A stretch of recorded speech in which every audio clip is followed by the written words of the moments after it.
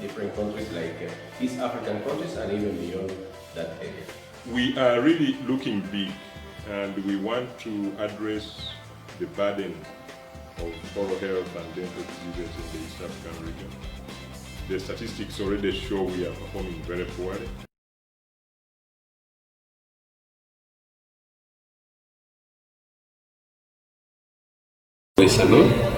I'm from Sierra Leone, West Africa. I'm in my second year, second semester. I'm pursuing Bachelor in Law.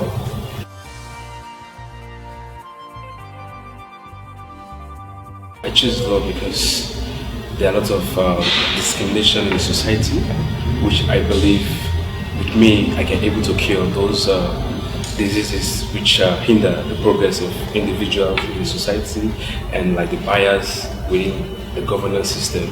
So I believe with law and with me I can able to fight for justice in society. That's why I decided to choose law.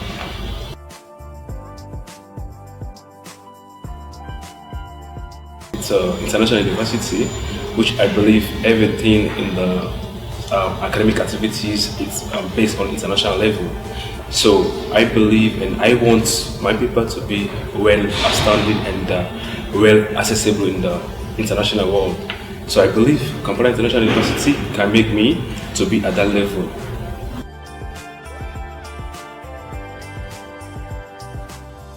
I'm kindly asking them to choose. Ladies and gentlemen, welcome to our 22nd graduation. We are live at Kampala International University for our graduation ceremony, which is virtual. We welcome all our guests, all our students, all our graduates, and our Chancellor, the Vice Chancellor, members of the University Council, members of the Board of Trustees. We welcome you and thank you for coming, and we are just going to roll into the program and take it from there. So right about now, we are going to have the Chancellor's procession, and then after that, we shall sing the anthems, and after that, we shall have the graduation prayer. Kindly keep with me, enjoy the graduation, and let's hope that everyone will take something from here. Thank you very much. So let's invite the Chancellor's procession now to start the ceremony. Thank you very much.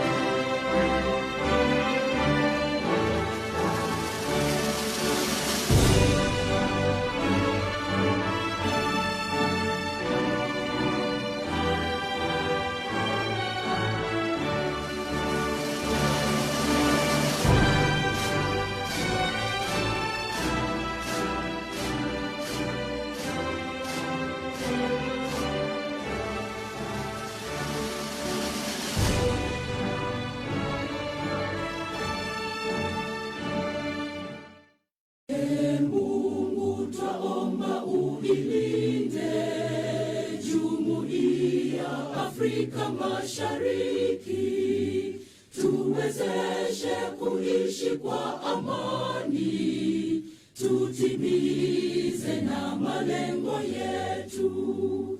Jumuiya yetu sote tuilinde, tuajibike, tuimarike, umoja wetu ni nguzo yetu, idumu jumuiya yetu.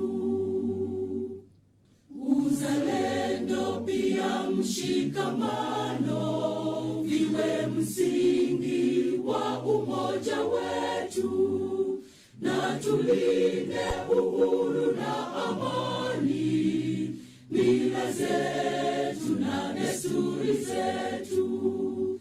Jumuiya yetu sote tuilinde, tuajibike, tuimarike. Umoja wetu ni nguzo yetu, idumu jumuiya yetu. Viwandani na hata mashambani, tufanye kazi sote kwa makini, tujitoe kwa hali na mali, tuijenge jumuiya bora. Jumuiya yetu sote tuilinde, tuajibike, tuimarike. Umoja wetu ni nguzo yetu, idumu jumuiya yetu.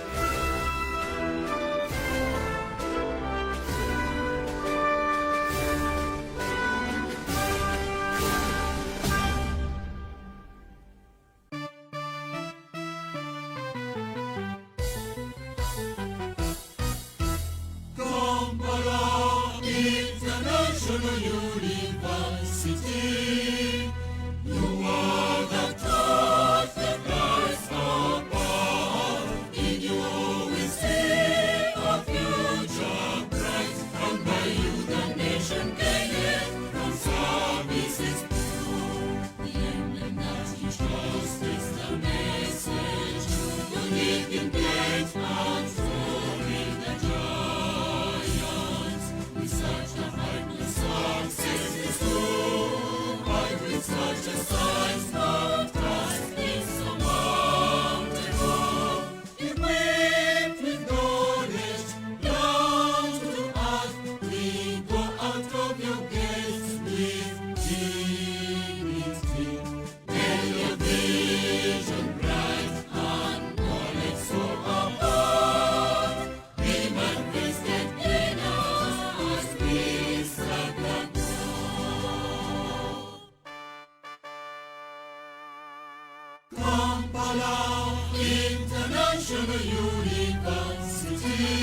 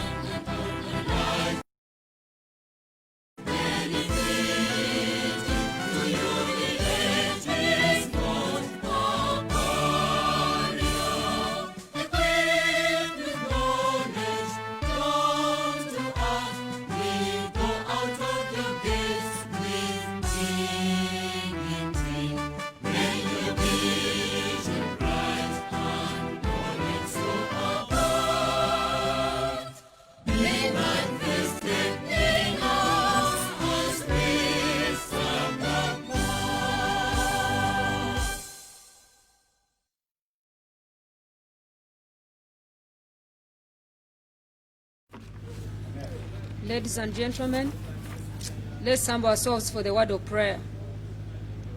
Heavenly Father, I want to thank you, want to give you all the praise and all the honor. Want to glorify your holy name, Jehovah God. For we know that it is you, Heavenly Father, that has made this day, King of Glory. Jehovah God, we know that this is the day that you have made for our graduates. We thank you, Heavenly Father, for our Chancellor, Vice Chancellor, and the entire administration of Kampala International University. Heavenly Father, we pray for our graduates, that King of Glory today, on 22nd of August 2020, as they are graduating, King of Glory, we pray that you open doors for them, King of Glory. Open great gates for them, King of Glory. For we know that Jehovah God, as you said in your word, Jeremiah 29:11, that for you have better plans for us, plans for prosperity and not plans for disaster. Holy Father, we pray that, King of Glory, you open for them doors that wherever they will go, doors of employment will be opened down to them, doors of success will be opened down to them. I pray for favor upon them, King of Glory. I rebuke each and every spirit of unemployment. I rebuke each and every spirit of lack. I refuse each and every spirit of rejection, King of Glory, that wherever they will go, the favor of the Almighty God shall go before them.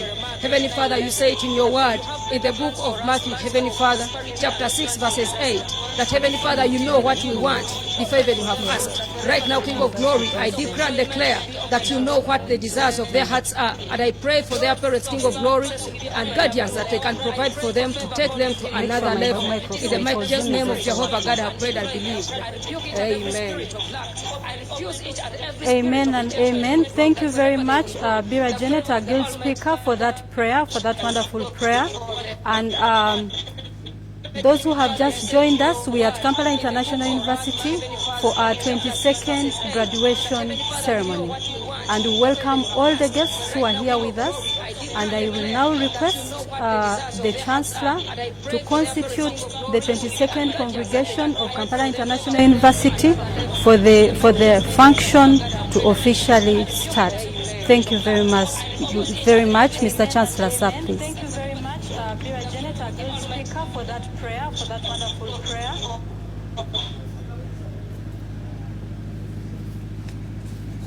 Kampala International University, because it's a university whereby if you come across their educational curriculum, you are able to achieve something more better than you can ever imagine. They can put you at the apex in terms of educational activities. I'm called Moifore Salo. I'm from Sierra Leone, West Africa. I'm in my second year, second semester. I'm pursuing Bachelor in Law.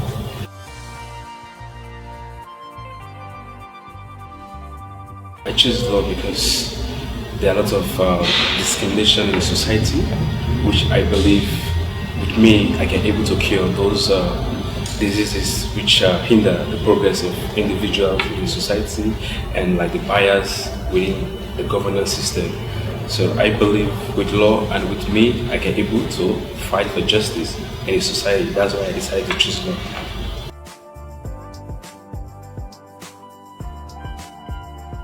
It's an international university, which I believe everything in the academic activities is based on international level. So I believe and I want my people to be well outstanding and well accessible in the international world.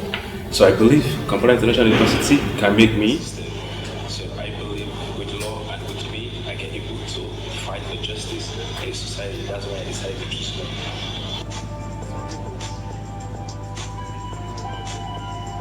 It's an international university, which I believe everything in the academic activities is based on international level. So I believe and I want my people to be well outstanding and well accessible in the international world. So I believe Kampala International University can make me. So I believe with law and with me, I can able to fight for justice in society. That's why I decided to choose law.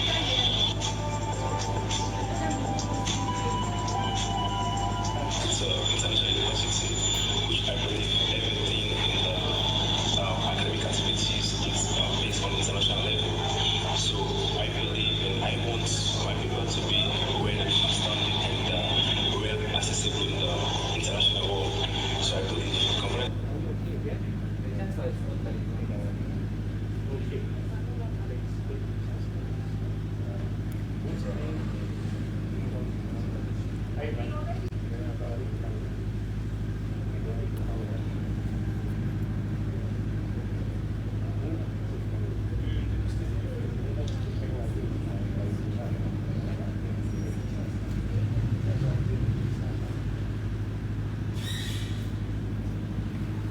called Moifoge Sano.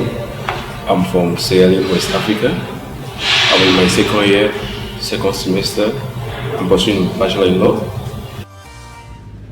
Kampala International University, constituted for the purpose of awarding, conferring diplomas and degrees of Kampala International University.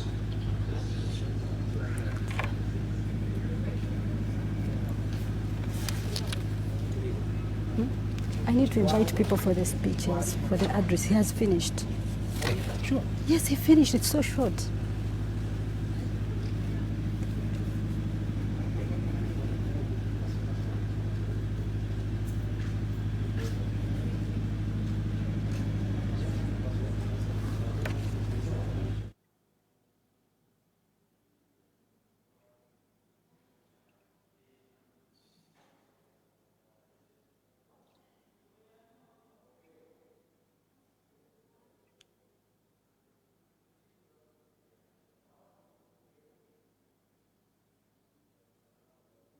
Called Moifoge Sano.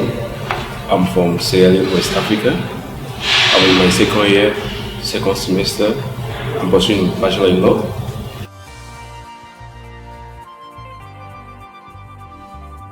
I choose law because there are lots of discrimination in society, which I believe with me I can able to cure those diseases which hinder the progress of individuals in the society and like the bias within the governance system. So I believe with law and with me I can able to fight for justice in the society. That's why I decided to choose law.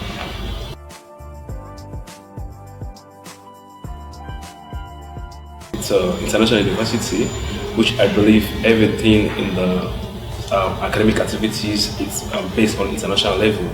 So I believe and I want my people to be well outstanding and well accessible in the international world.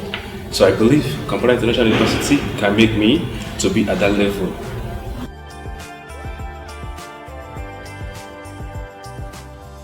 I'm kindly asking them to choose Kampala International University because it's a university whereby if you come across their educational curriculum, you are able to achieve something more better than you can ever imagine. They can put you at the apex in terms of educational activities.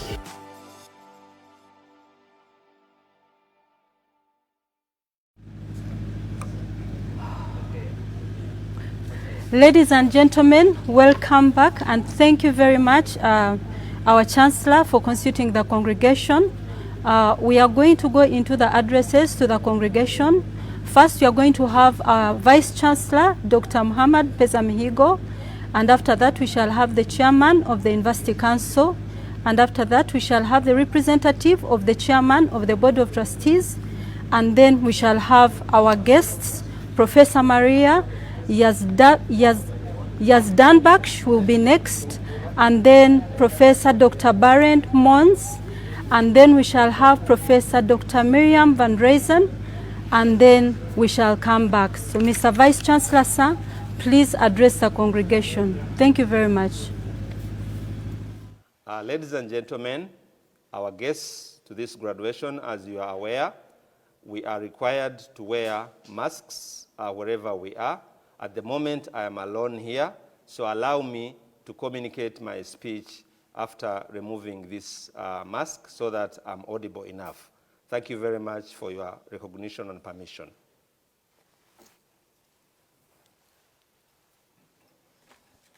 Greetings from Kampala International University.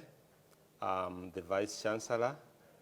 My name is Muhammad Pezamihigo, and I warmly welcome you and congratulate all our graduates who are witnessing a life-changing moment by being the first and the pioneer online graduates who we are presenting today, the 22nd of August 2020.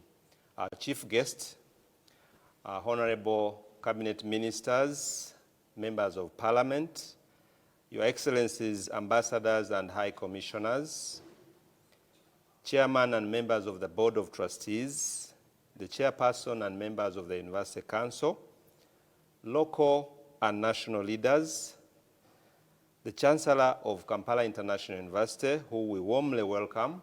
This is his inaugural graduation, Professor Mahmoud Mamdan, Vice Chancellors and representatives of sister universities, Deputy Vice Chancellors, other members of KIU management, staff and students, our alumni, the great alumni. For the last 20 years, we celebrate your presence on this great day.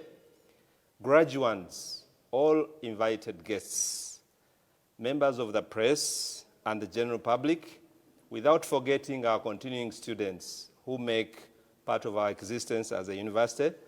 Ladies and gentlemen, in your various capacities, wherever you are at this time around the world, I warmly welcome all of you in your respective capacities to the 22nd graduation ceremony of Kampala International University, being held today, Saturday, the 22nd August 2020. It is the first virtual graduation of its kind in the 20-year history of the university. We thank the Almighty God for making it possible for this occasion to take place under very tough circumstances of the COVID-19 pandemic. Ladies and gentlemen, I take this opportunity to warmly welcome the third Chancellor of this university, Professor Mahmoud Mamdan, who was recently installed to steer and provide the oversight function of the titular head of the university. He is officiating at this ceremony as his maiden graduation, and I also warmly welcome our other special guests from all over the world who have joined us, particularly those from the Philips Foundation and Go Fair Foundation in the Netherlands, and other partners from Africa and from outside Africa. Ladies and gentlemen, our dear graduates, let me take this opportunity to warmly welcome the chairman and members of the Board of Trustees, the chairperson and members of the University Council, the senators of the university, members of the management team, the student guild, our academic and non-academic staff, all our stakeholders in the neighborhood of Kampala International University, where we're established, and globally. This is a great day for us, ladies and gentlemen. Among our guests today are various ambassadors and high commissioners of foreign countries in Uganda. We have honorable members of parliament. We do recognize your presence in this online graduation. And of course, the distinguished vice chancellors and rectors who have honored our invitation, CEOs of national, regional, and international organizations, and then other stakeholders who have also been able to join us, particularly the guardians, the sponsors, and parents. You are most welcome. On behalf of Kampala International University, I wish to make a few remarks on this graduation. It is a special graduation because it is occurring during a very serious COVID-19 pandemic. We've had disruptions on the university continuity. Since the outbreak of the coronavirus disease pandemic, ladies and gentlemen, and the related government lockdown in order to prevent its spread, the university complied and closed business on the 20th of March, 2020. However, KIU, as a forward-looking institution, was able to upscale the functionality of the learning management system in order to allow continuity of student access to study materials, retooling the academic and research staff for online delivery, and also giving a new mapping to our research and innovation schemes. Of course, at the beginning, when the lockdown was announced, both students and staff did not expect the lockdown to last this long, and were hesitant to adapt some of the interventions that we suggested. For example, for them to be equipped with skills to get more online than deliver in a traditional way. we have had to learn to live without physical students, without physical staff. We have stepped up our sensitization activities and conducted surveys as is required by the National Council for Higher Education. We do acknowledge disparities among the different stakeholders of this university. Students come from different parts of the country.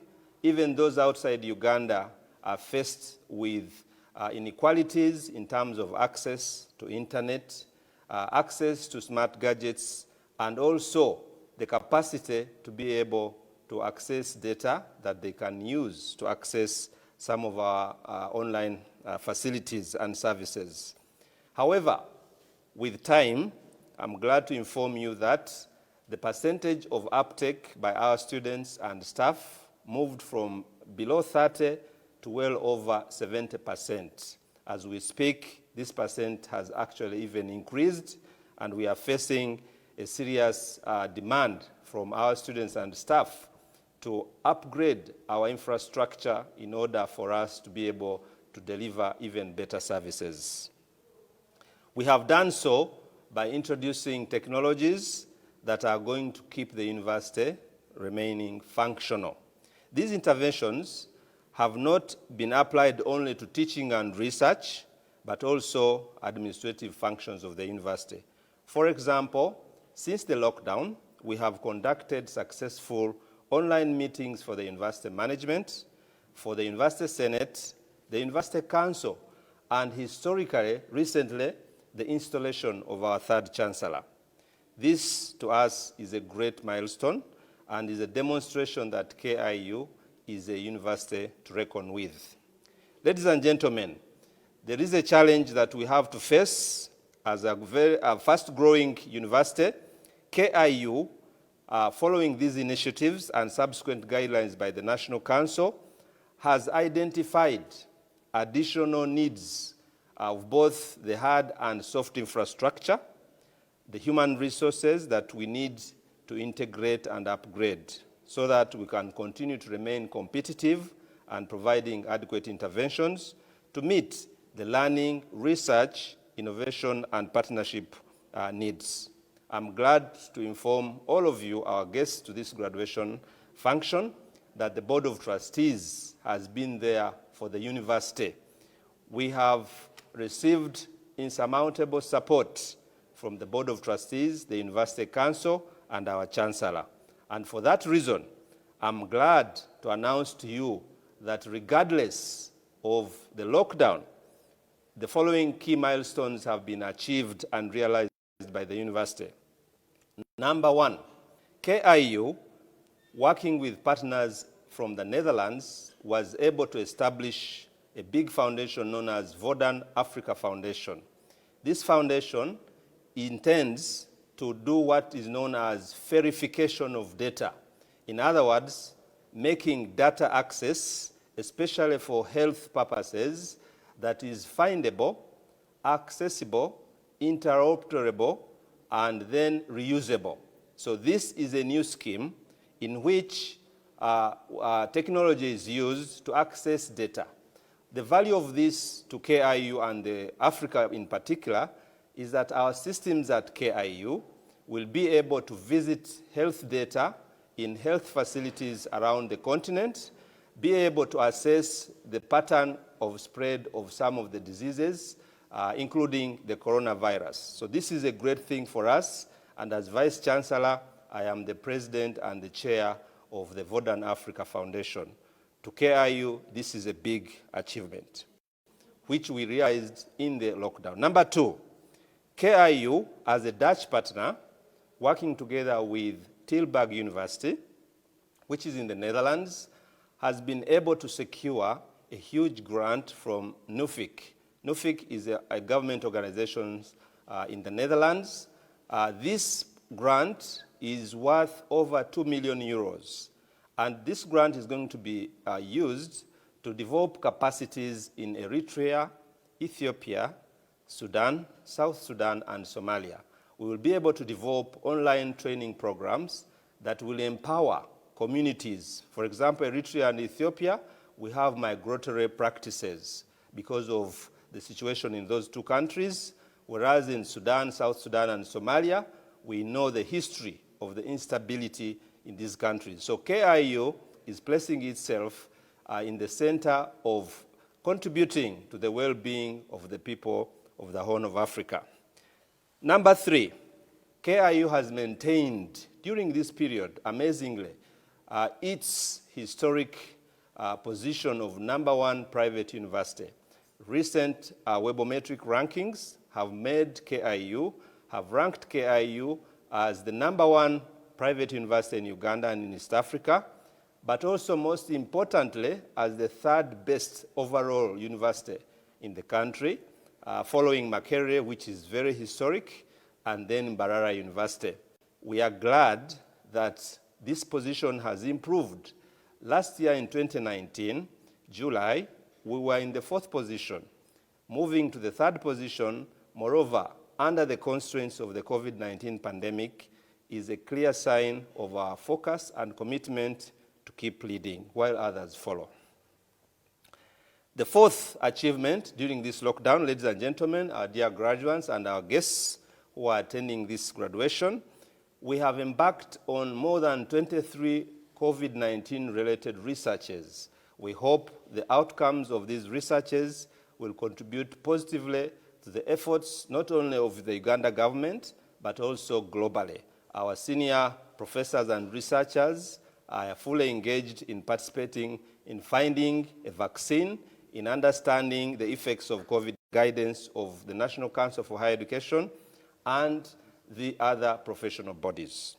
My advice regarding the pandemic, ladies and gentlemen, whoever is watching me, whoever is listening to me, our graduates, our staff, I call upon all of you, wherever you are, to please comply with all the standard operating procedures to prevent the continued spread of COVID-19. Stay safe. I look forward to your continued survival so that each one of us can live to realize their life dreams. I wish to say that for the students who are at home and away from campus, I appeal to you, and also the staff, I appeal to you to continue to exercise patience during the lockdown until such a time when universities are reopened, which we hope may be soon. In the meantime, we have created communication channels that will allow continued consultations and links between the university and your good selves. This also refers to admissions for our new students. We would like to announce that the university is still admitting new students in the hope that the universities will be reopened soon by the government. In case you need assistance, do not hesitate to contact the university, especially the Department of Applied Psychology will be available to assist those who may want to talk to someone in coping with this new stressful situation, which tends to create hopelessness, and we hope nobody goes to that far.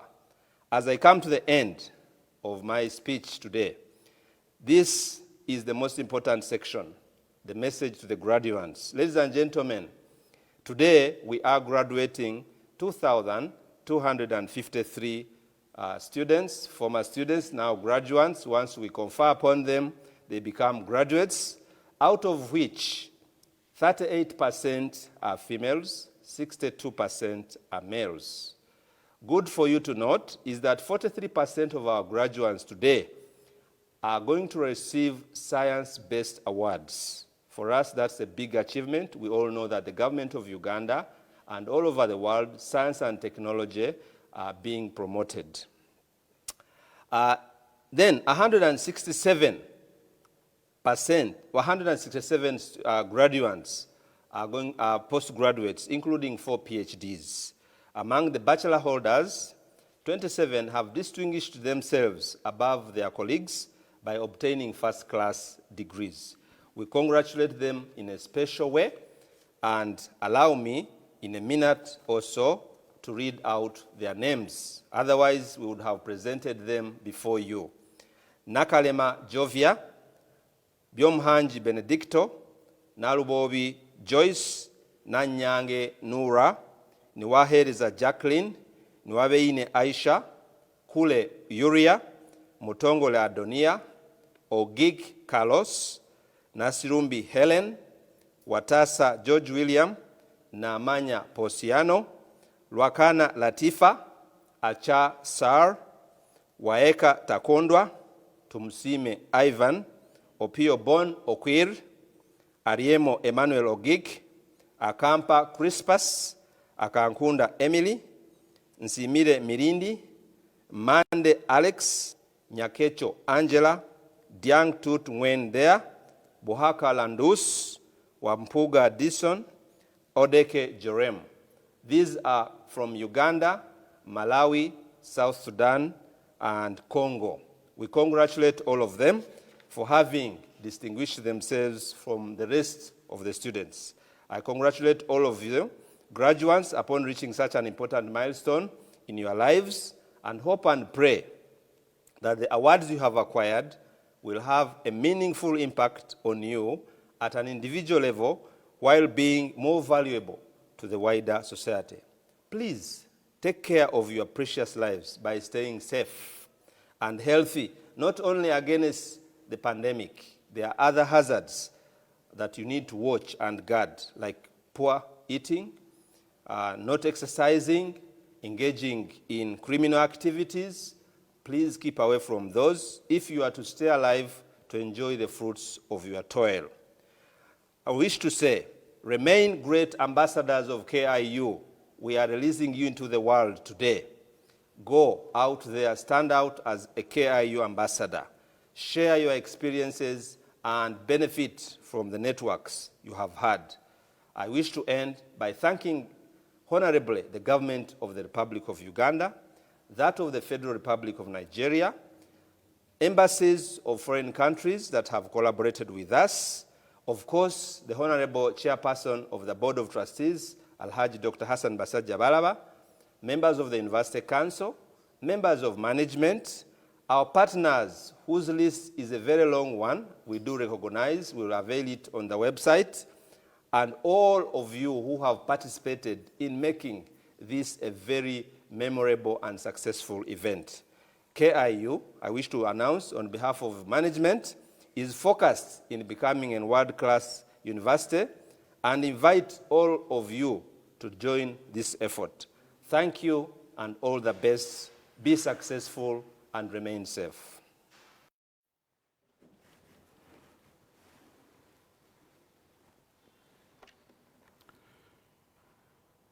The Chancellor of Kampala International University, the Chairman and members of the Board of Trustees, the Vice Chairperson and members of the University Council, Vice Chancellor, Kampala International University, Deputy Vice Chancellors and other members of KIU management, KIU academic, administrative and support staff, KIU Student Guild leadership, parents and guardians, graduates, ladies and gentlemen. Today, I'm extremely delighted to have our new Chancellor, Professor Mahmoud Mamdani, officiating for the first time at KIU's 22nd graduation ceremony. In the same vein, I wish to register my greatest appreciation to the outgoing Chancellor, Professor John M. Sebufu, who ably served his 2 terms with great dedication and stewardship. I wish him the very best during his retirement from KIU, which I'm sure is not his last assignment in his service to academia. On behalf of the entire University Council and on my own behalf, I congratulate you all and welcome our guests and students who are attending this memorable function virtually. I recognize the challenges that we are all facing during this difficult time of COVID-19, especially as a university. It is my prayer that it ends soon to enable university operations to resume to normal. However, we are excited that we have managed to have this ceremony, which is the first of its kind in KIU, and a very great innovation for which we congratulate the Vice Chancellor and his management team. Today, we are celebrating yet another big commencement of 2,253 graduates from various academic programs at the level of PhDs, master's, and bachelor's degrees, as well as diplomas and certificates. This is clearly a testimony of the great achievements and steady growth that the university is experiencing.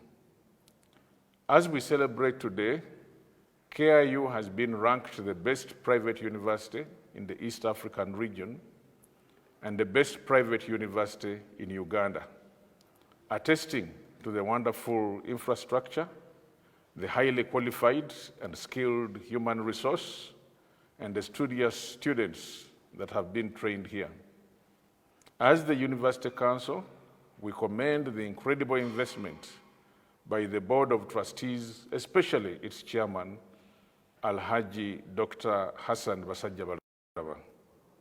KIU is proud to have him as the chair of the board and his entire team of trustees. Appreciation to the Vice Chancellor and University management. I wish to acknowledge the Vice Chancellor, Dr. Mohamed Mpega Mihigo, and his management team for the visionary, dynamic, and able leadership, as well as the Senate, academic and non-academic staff, the students, our strategic partners, and all key stakeholders for working tirelessly to enable KIU progress to the level that it has and be recognized as the best private university in the region. This year, 2020, has been by far one of the most challenging of our times and has seen education institutions suffer the larger part of the impact of the COVID-19 pandemic. However, it has also been a time when the strength of most institutions has been tested. The resilience that our university has demonstrated has shown that it can withstand the test of time and still deliver the desirous services to the community, and for this I commend you. As we navigate through this new, unprecedented, and unpredictable situation, we appreciate the patience and hard work of all our partners and pledge our support as the University Council to make sure that KIU enriches what it has achieved so far and keeps on taking very long strides in the higher education realm. To the graduates, we know that you would have preferred to be physically present for your graduation and have your parents, sponsors, guardians, and classmates physically witness your graduation like your predecessors have done. However, tough problems require innovative solutions, which justifies this virtual graduation. This new opportunity will allow you go out and compete as you are supposed to without any delays. As a university, we have therefore created opportunities for you to go out there and compete in the global environment, get into the world of work, and change it for the better. Therefore, receive my warm and hearty congratulations upon your graduation. Great thanks to your parents, guardians, sponsors, and all those who have made a contribution to your success at KIU. I wish you all the best in the next chapter of your life. Have blessed celebrations and sanitize, wear your masks, and wash your hands in order to prevent the spread of the COVID-19 pandemic. Go out there and explore the heights for God and my country.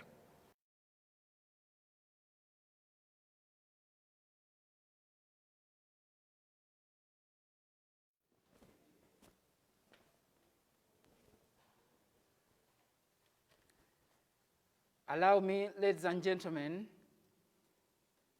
in due recognition of the SOPs related to handling COVID-19, I'm required to keep my mask on all the time. But in view of the fact that I'm alone at the stage here, I request to put off the mask for purposes of clarity. Thank you.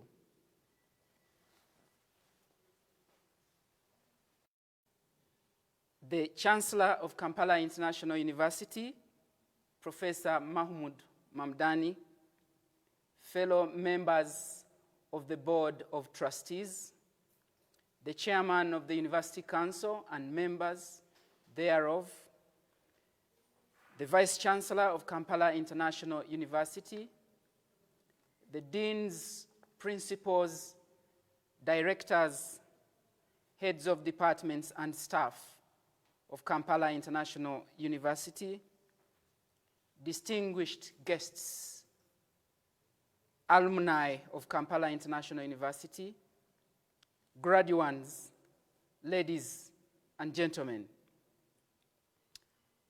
I wish to take this honor to welcome you all on behalf of the Board of Trustees to this 22nd graduation ceremony of Kampala International University.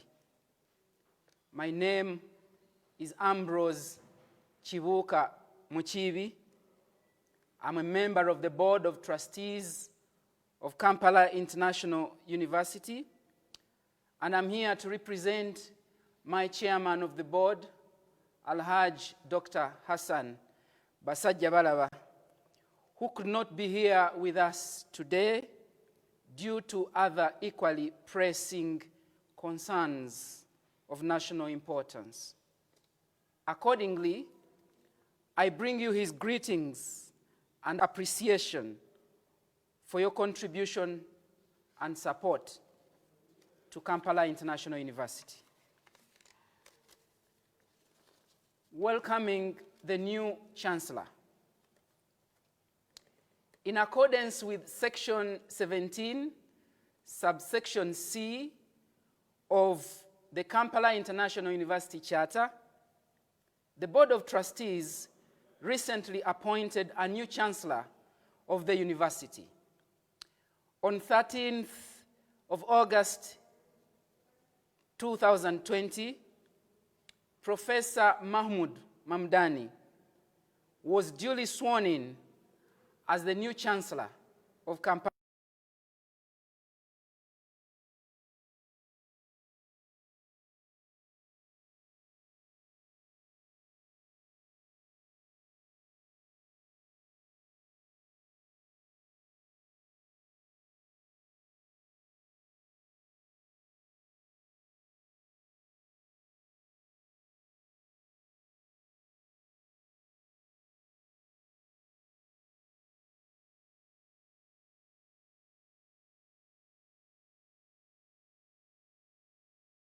Driven by his local and international reputation as a renowned researcher and a strong advocate of a research culture as a prerequisite for excellence in universities. I want to assure Professor Mamdani that in the current KIU, he has made the right match for his passion. As we embark on the third decade of the existence of KIU, the university is set to champion a new approach to higher education, an approach that seeks to direct scholarly capabilities to the generation of innovative solutions to societal challenges. This can only be achieved through a vibrant research culture. And we believe Professor Mamdani, as the new Chancellor, is the capable person to help drive this university in that direction. In short, Professor Mamdani is the right man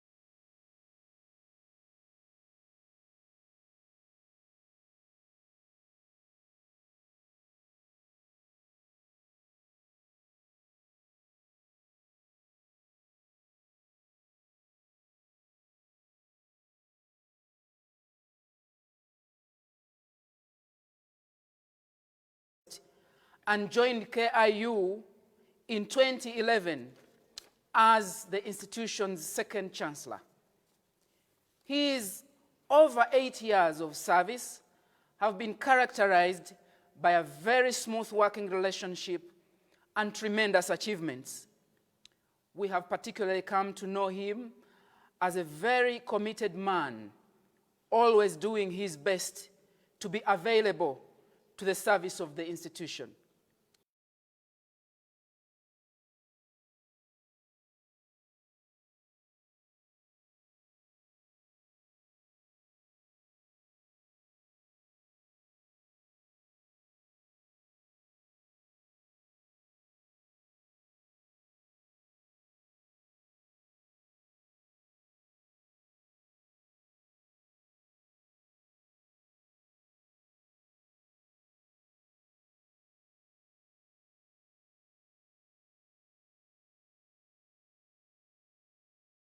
Appreciation to the University Council, management, and staff. As we all know, COVID-19 has changed everything in regard to how we live and work. I have learned that many institutions of learning have found it hard to effectively adapt to the new normal. They have had to suspend key governance and operational activities. However, I'm happy to note that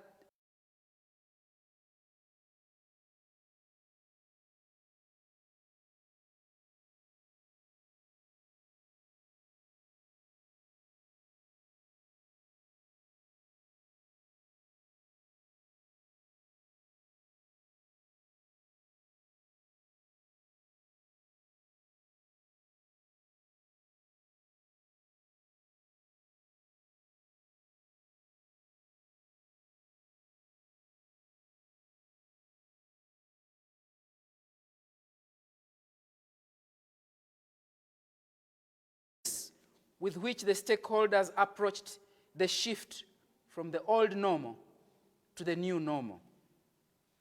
Appreciation to parents and sponsors, as well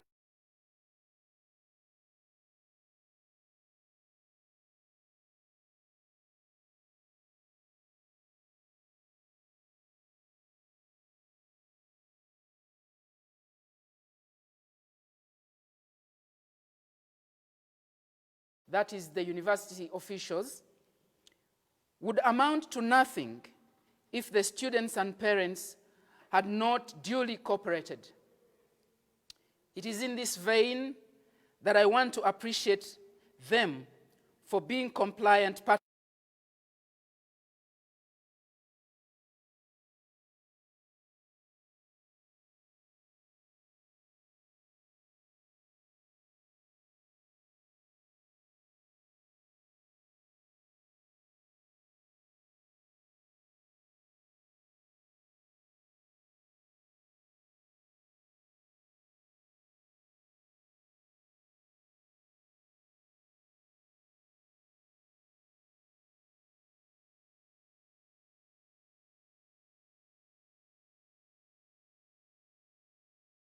ones. You are graduating at a very interesting moment in the entire history of modernity. COVID-19 has changed everything and redefined life. And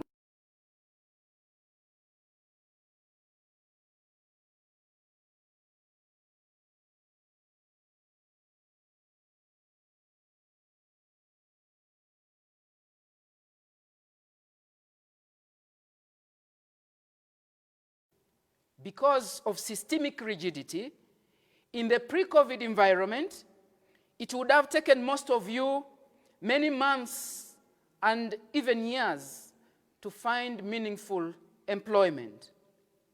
Well, the ground has now been shaken just in time to find your rightful space. If you are keen and proactive enough, You can create your own opportunity in the new environment sooner, meaning you don't have to wait for months or years. The barriers that would have locked you out were dismantled with the advent of COVID-19.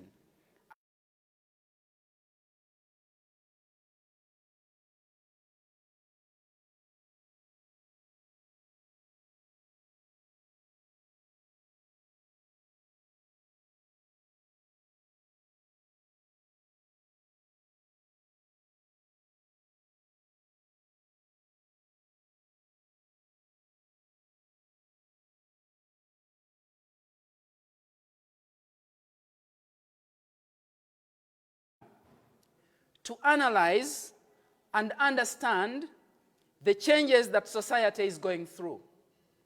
Second, to figure out how you can apply your knowledge and skills to add value to specific segments of the population.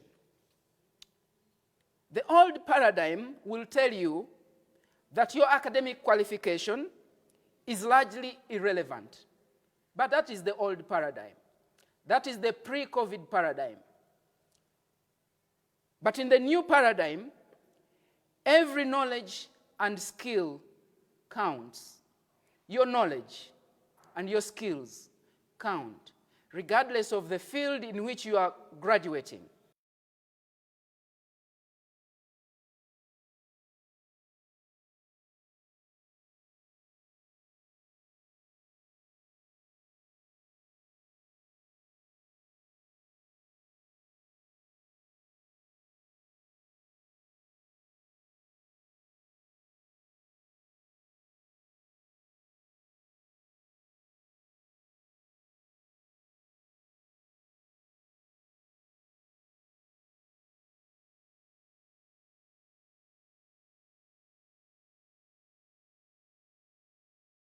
Skills that can be converted into a product or a solution that adds value to people's life.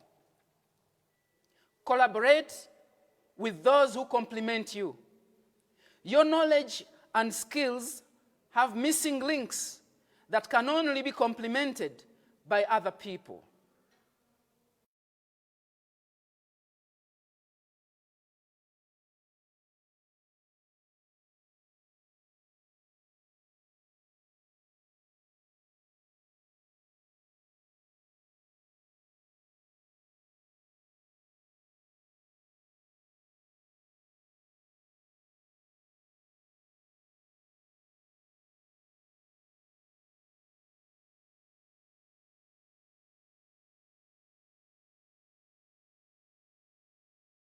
If you are coming from the social sciences, look out for people from IT. Look out for people from the media. Look out for technologists. Blend and constitute teams that produce solutions to people's challenges and aspirations. Finally, in the new era, technology will play a greater role in life than we had ever imagined. In everything you do, try to figure out the bearing of technology. If you don't, your competitors are already doing so. Remember, the virtual reality is now real. Think about employing technology for automation, for animation, and for dissemination. Whatever you do, we rotate around.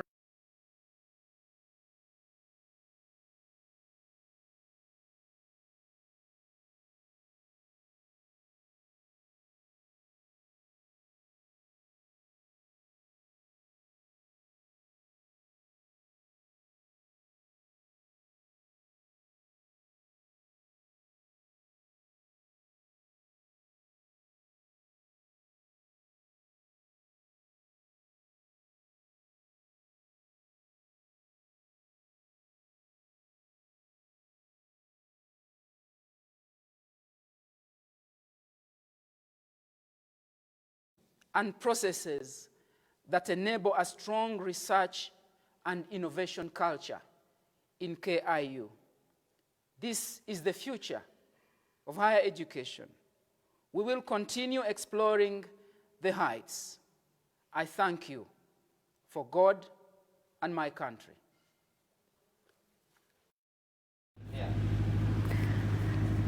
Thank you so much for the speeches. Ladies and gentlemen, we are still at Kampala International University at our 22nd graduation ceremony that is happening right now. You're still very welcome to this virtual graduation. All our virtual audiences are very, very welcome. We thank our Vice Chancellor, Dr. Muhammad Mpezamihigo, for that great speech, our Chairperson of the University Council, Professor Fred Wawire Mangeni, and our representative of the Chairman of the Board of Trustees, Mr. Ambrose Chibuka Muchivi. Right now, we are going to listen to our special guests who have been invited and who are joining us virtually all the way from the Netherlands. Our first speech will be from Professor Dr. Maria Yazdan Baksh, who is a professor in cellular immunology of parasitic infections and is the head of Department of Parasitology at Leiden University in the Netherlands. After her address, we shall have an address from Professor Baren Mons, who is a professor of biosemantics at the Human Genetics Department of the Leiden University Medical Center and founder of the Biosemantics Group. And after that, we shall have Professor Dr. Miriam Van Reysen, who is also a professor of international relations, innovation and care at Tilburg University and professor computing for society at Leiden Center for Data Science at the University of Leiden. Ladies and gentlemen, join me to welcome Professor Dr. Maria Yazdan Baksh to give her address. Thank you very much. Honorable Chairman, Chancellor, Vice Chancellor, members of Diplomatic Corps, distinguished guests, and most importantly, dear graduates. I'd like to talk about win-win collaboration with Africa, with excellent centers like yourselves and their graduates in Africa. I'd like to take as an example the COVID-19 situation and how together we can be much more successful in controlling the pandemic. I would like to highlight the need for more global collaboration on medical research and joint PhD research programs, the need for more data. KIU comes in handy through collaborative PhD and postdoctoral programs targeting contemporary issues facing us all in a world of inequalities. I call upon today's graduates, I call upon you to explore opportunities of postgraduate studies, research, and innovations to be among key players in improving health and well-being of society. Let's look at COVID-19 in Africa. Coronavirus in Africa is making news. There's something different about its course in Africa, which is important to understand. Look at this slide. This shows the number of cases and deaths in different continents per 1 million people. And what you see, huge numbers of cases and deaths in Europe and in America. But in Africa, this has remained relatively low. Why? Many have attributed the pattern seen in Africa to testing, that there has not been sufficient testing performed on the continent. However, this testing is not the limiting factor, because if you compare the upper panel of the number of tests conducted and number of confirmed cases in Africa, it's looking very similar to countries outside Africa. Age can be an important factor in the pattern that is seen in Africa. We know that COVID-19 kills the older people, and Africa is a youthful continent. If you compare the age in Africa versus Europe, you see a very different pattern as shown on this slide. However, if you calculate the number of expected deaths because of the youthful population in Africa, you would expect it to be 4 times lower. However, the data collected so far show that it is at least 40 times lower in Africa. So something else, in addition to age, can be contributing to the COVID-19 pattern in Africa. In itself, it's really important to understand why young ones are protected, as it might indicate how we can protect older individuals. Lockdown and also social distancing are very important factors. African continent did a great job on lockdown. The stringency index shows here on this graph, the blue line is how Africa responded to the pandemic. Some countries, even before any cases were detected, went into lockdown, whereas other continents, Europe and America, were very late with their lockdown measures. Social distancing. Social distancing is important, however, we all know how difficult it is to impose that in African countries. In certain areas of Africa, social distancing is almost impossible.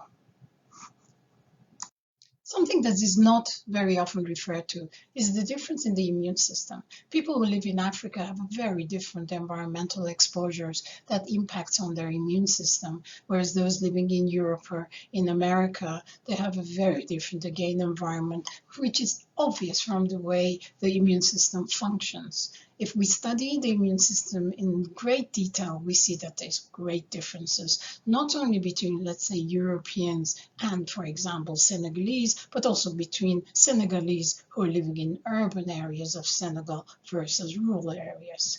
And this difference in the immune system can impact, of course, COVID-19 susceptibility to the virus, but also the cytokine storm, which is causing havoc in the lungs, might be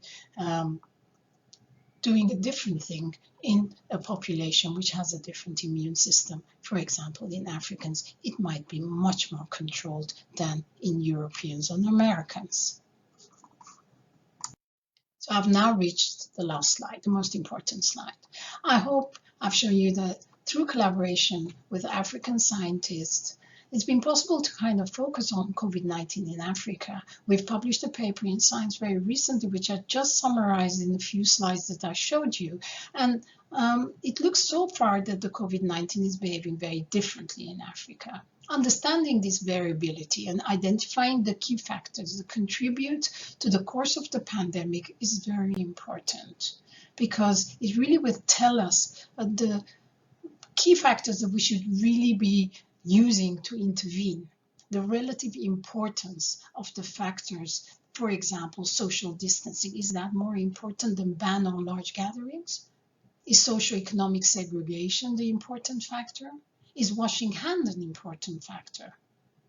What is the relative importance of these? Because then we can devise policies to be much more effectively controlling COVID-19. Why is young age protective? We should understand that.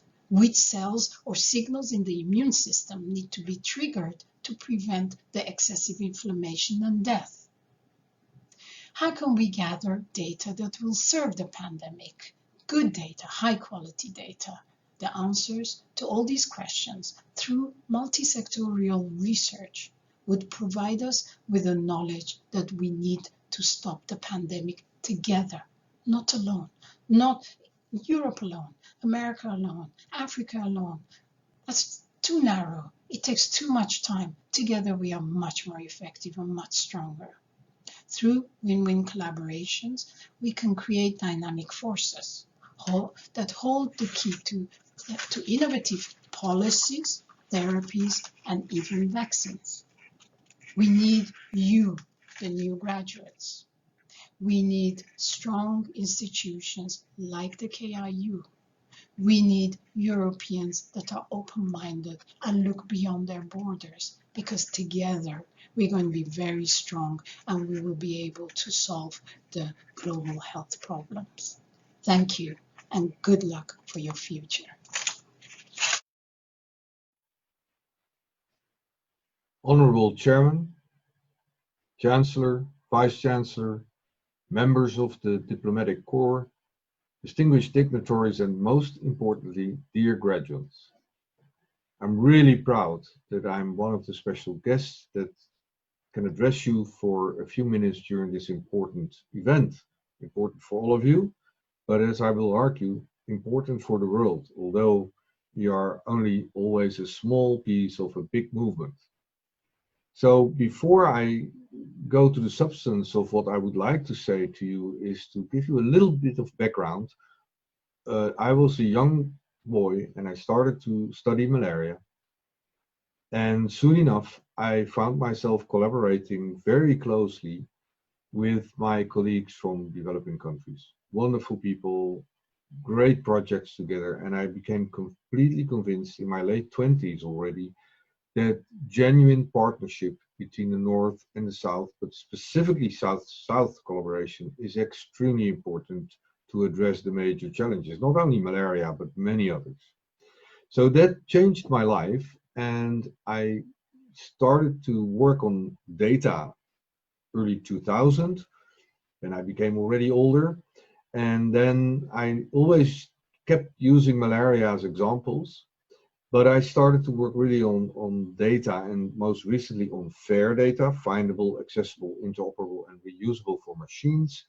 And that is why I'm here, I think, because I'm now leading the Go Fair initiative. And one of the recent activities of the Go Fair initiative, Global Open Fair, is that we started VODAN, the Virus Outbreak Data Network. Mind you, it's not COVID, but virus. So we want to be prepared for other viral outbreaks in the future, but basically for any epidemic or health challenge that we will face. And of course, we all know that one of the most important things we have to do from day one is guarantee safe and ethical access to the data, the real world observations, not only the biomedical literature and databases that we know. Now in COVID, as you all know, this is even more difficult than in many other diseases because of the incredible political background that is coming up with people, telling bad stories about other people in other countries.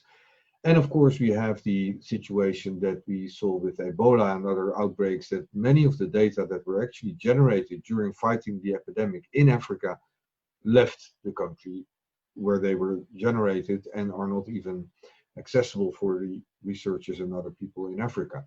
We shouldn't dwell on the past. Let's look at the future. In VODAN, there was a sub-project together with Professor Mirjam van Rijssen, also present here. And that was co-funded by a Dutch funder, ZonMW, and the Philips Foundation. And the end result was what we now call VODAN in a box, where we have the WHO case report form and everything downstream to fill a fair data point in a box. And I'm very proud to say, and you should be proud as well, that there are currently more installations of this VODAN in a box in Africa than in Europe. So for once, Europe is catching up right now. And I think this is a theme for today. I think this generation of students should really definitely leave behind the idea that Africa cannot lead or co-lead these global initiatives. They can and they do. So I'm very proud that we now see fair data spreading in Africa. I'm also involved in the African Open Science Platform, which will make this institutional for Africa. And fair data can stay where they are. They will never have to leave the country, let alone Africa. And we can visit them under well-defined conditions. But African scientists, or scientists for that matter from all over the world, will be able to visit our data in Europe or in the United States or in China. This could bring about a new data equity around the world, equitable access for all data. I like to keep this brief.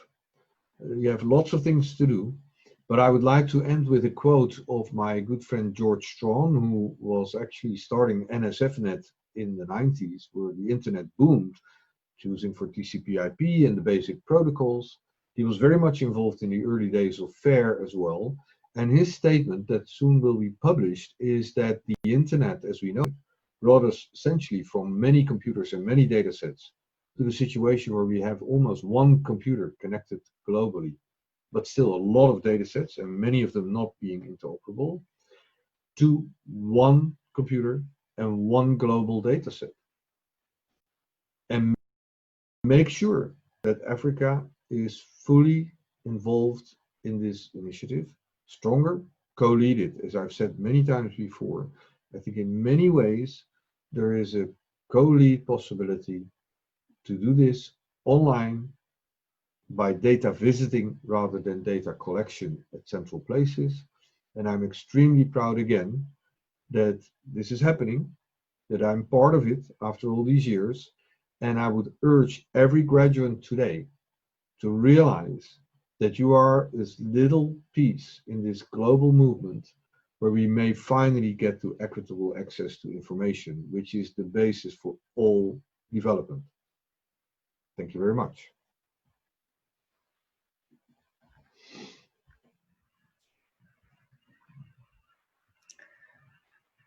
Honorable Chairman, Chancellor, Vice-Chancellor, members of the Diplomatic Corps, distinguished guests, and most of all, dear graduates. Class of 2020, congratulations to all of you who achieved your end goal in such difficult times. You were able to succeed despite the many challenges. Class of 2020, my warmest congratulations for reaching this milestone. You did it. But every challenges, you were able to rise to the occasion. This moment should make you so proud. You make all of us proud. This will be the legacy of the class of 2020, that despite the most serious problems, lockdown, economic hardship, illness, perhaps even death in your family or community, you have succeeded to climb the ladder of science. Hardship shapes the character of a man or woman. The class of 2020 is a class of leaders, and do we know it? We all count on you to help shape this world as we hope to get out of this pandemic, to show better, inclusive and sustainable ways of organizing ourselves, to help our families and communities do better, and to make sure that people and the planet are healthy and safe. Class of 2020, congratulations to your parents, caretakers, sponsors, and everyone in your community who assisted you to make this possible. Such an achievement is always a shared one. Make sure to recognize the support you received. As a mom, I know what it takes to encourage your children, to make sure you can support them, that the bills get paid, that there's food on the table. None of this should be taken for granted. And congratulations to all moms, dads, aunties, uncles, grandmothers, grandfathers. This achievement we celebrate today is your achievement too. Class of 2020, my sincere congratulations to your teachers, those that supported you and guided you through the learning process. Teachers deserve huge thanks for their dedication, the inspiration they provide, their belief in you as tomorrow depends on it. And we expect nothing less than that one day you will take over the responsibility we have for our world and that you will do better than what we leave you with. Because there is a lot to be done. Pandemics and healthcare, care for our people and the economy, care for our planet. To achieve progress, science is critical. KIU is providing an essential platform. As the first ranking private university in Uganda and third ranking overall university in Uganda, with teachers and students from 42 different countries, it leads in Africa and the world. With teachers such as Professor Maria Yazdanbaksh, who has just spoken about the importance of medical scientists across the world to work together on a solution for COVID-19. And at Leiden University Medical Center, we are proud to work with KIU and the medical hospital Western campus, and all involved in sciences and the life sciences. To achieve progress, data is critical. Professor Mons has just heralded KIU's achievement under the leadership of the Vice-Chancellor and Professor Francesca Oladipo and her team. And what an achievement it is. The first fair data point of the world and of Africa was installed in KIU. And KIU then led the fair data points to be installed in Tunisia, Nigeria, Ethiopia, Kenya, Zimbabwe. It shows the importance of international collaboration. It shows the importance of good teachers and good leadership. It shows the importance of students, because KIU student and my own PhD student at the Leiden Center for Advanced Computer Science, Mariam Basaja, was the person providing the expertise through her research. Not on her own, but working in interdisciplinary teams with students from law, social sciences, history, development, culture, humanities, philosophy, because yes, we do need all disciplines for real knowledge. To achieve progress, leadership is critical. It's the vision of KIU's leadership that is helping us forward. Exactly to date, 1 year ago, the chairman, former chancellor, vice chancellor, deputy chancellor, all came to Leiden University for a visit, and we never looked back. We went to work, all of us, from day one. And today we are developing educational responses to the COVID-19 crisis and setting up distance learning, digital platforms, together with partners in South Sudan, Somalia, Kenya, Ethiopia. It just shows that when we work together, each contribution counts in our effort to make this a better world. And from my very wet country, the Netherlands, I know that many drops together make a river. KIU is a blessed university with a leadership that is visionary, strong, and clear-headed. As a young student, I read the work of Professor Mamdani, and I was thrilled by it. And today he leads you all. I salute the VC and all of the university leadership to create a healthy academic environment in which progress can thrive. Academia can never function on its own in an ivory tower. It should work closely with the private and public sector to advance the common good and to create opportunity for all. I salute the chairman for his vision that the engagement of the private sector with health and education is critical. If there is one thing that we learned from the COVID-19 crisis and what it taught us is that business and a good economy fully depend on the well-being of society. KIU has shown today a brilliant graduation congregation online. Thanks to this COVID-19 crisis, we now know that we are connected across borders in WhatsApp, Facebook, Zoom, whatever there is, in bad times and in good times. And today is a good time. I am so humbled to be part of this celebration. KIU is a pearl of Africa, indeed a pearl of the world. A large pearl exists of many small pearls, and may all of you, dear graduates, class of 2020, today celebrate that you are small pearls of KIU, of Uganda, of Africa, and of the world. May God bless you. May God bless Kampala International University, the Republic of Uganda, Africa, and all of us. And may we be safe. Thank you.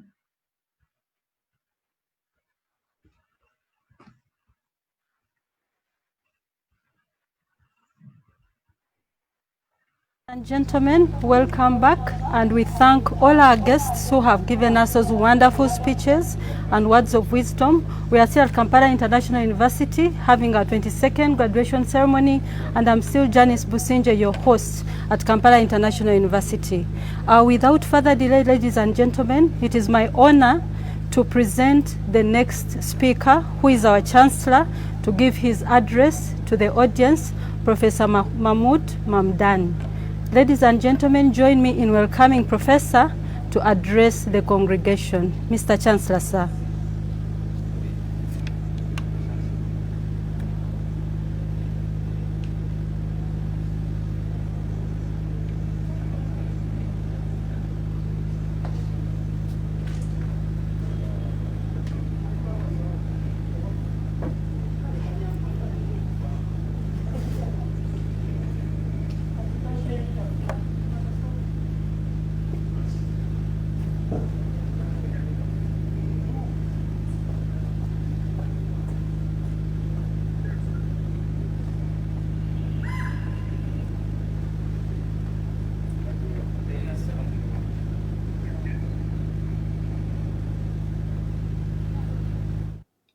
Distinguished visitors, the Vice Chancellor, dear graduates, my warmest congratulations to you. Before you lies a horizon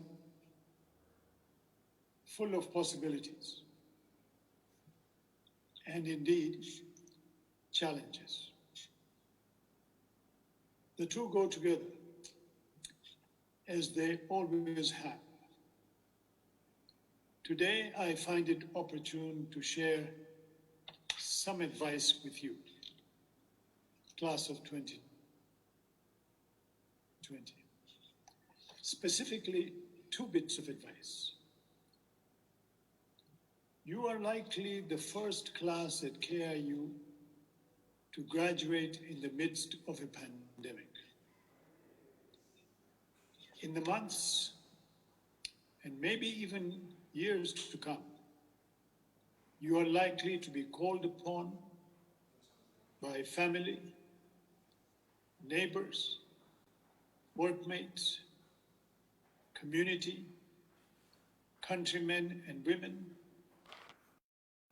to shoulder responsibilities for which you may feel unprepared, certainly not sufficiently prepared. It is likely to be a time of some anxiety. How you respond to this challenge will be a comment on the quality of your education. For the purpose of education is not just to prepare you for a profession, whether that of a doctor, an engineer, a lawyer, but also to prepare you for a challenge whose specifics may not be easy to foresee in advance. As fresh graduates, you are likely to have an abundant supply of energy and vision, but not as much experience. The more you experience something new and unforeseen, the more this is likely to sharpen your critical faculties and to reward your cooperative instincts. The more unfamiliar the challenge, the greater will be the importance of belief in self, in others around you, and in the cause you pursue.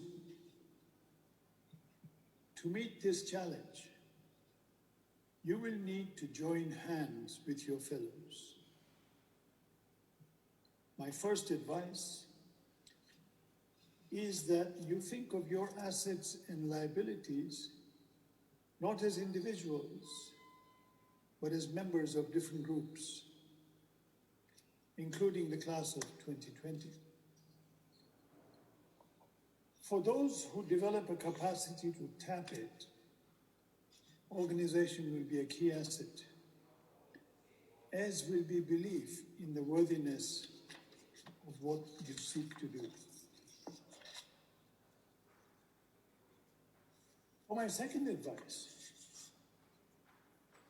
I ask that you focus on your alma mater, the Latin word for the institution from which you are about to graduate. This is not the end of your journey at KIU. Graduation is only the completion of the first phase of that journey. That journey continues. Here, you've met a cohort of friends and colleagues. From them, you're likely to draw some of your best friends. For some, even a partner for life. And for all, a network of associates you will turn to as you move forward in the journey of life. We give the name alumni to the network of those who have graduated from the same college. The alumni are among the greatest of the assets you take from KIU. It is in your interest to consolidate this association rather than to dissipate it.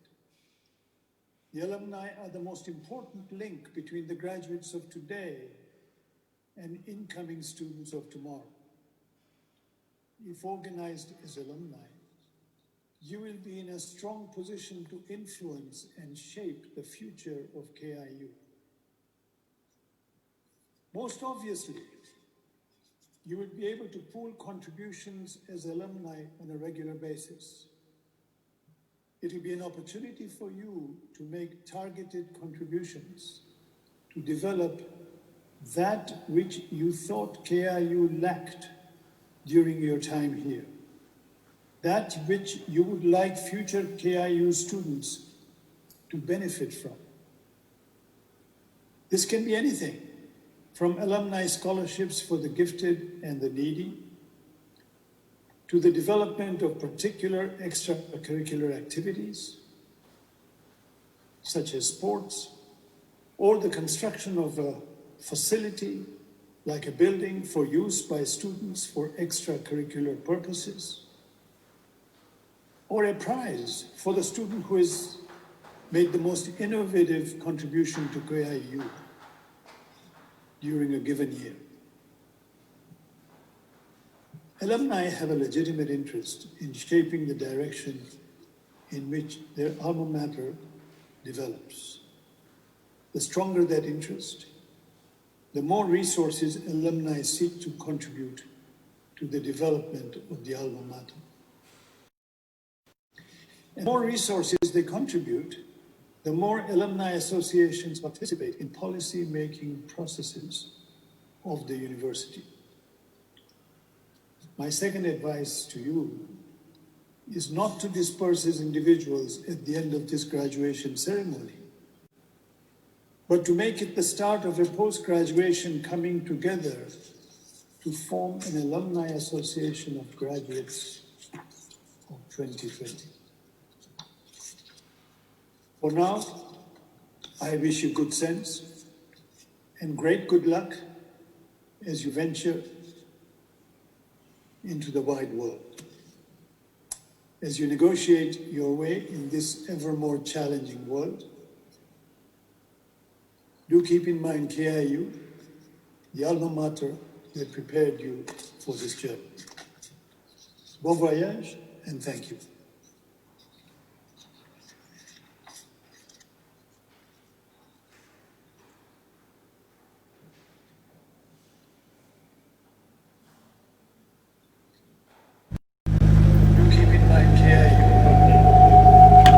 Ladies and gentlemen, welcome back. Thank you very much, our Chancellor, for that very great speech and the words of wisdom to our graduates who are just going to be conferred upon degrees and awarded diplomas. Next, ladies and gentlemen, we are going to have our chief guest, a very honorable academic. His name is Dr. Hans Hofstraat, who is the Vice President and Research Program Manager at Philips Chief Technology Office, as well as a member of the CTO management team. Dr. Hans Hofstraat, you're very welcome to address the congregation. Thank you very much.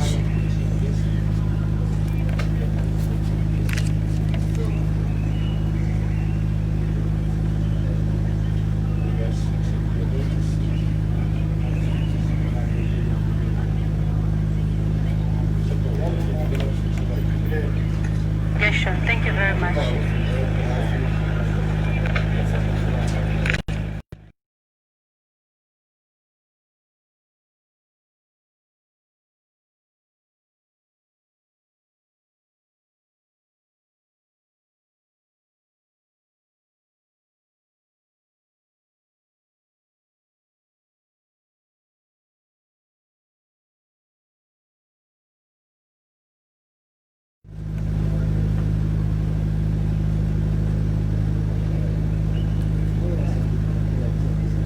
Person, which I would very much have liked to do.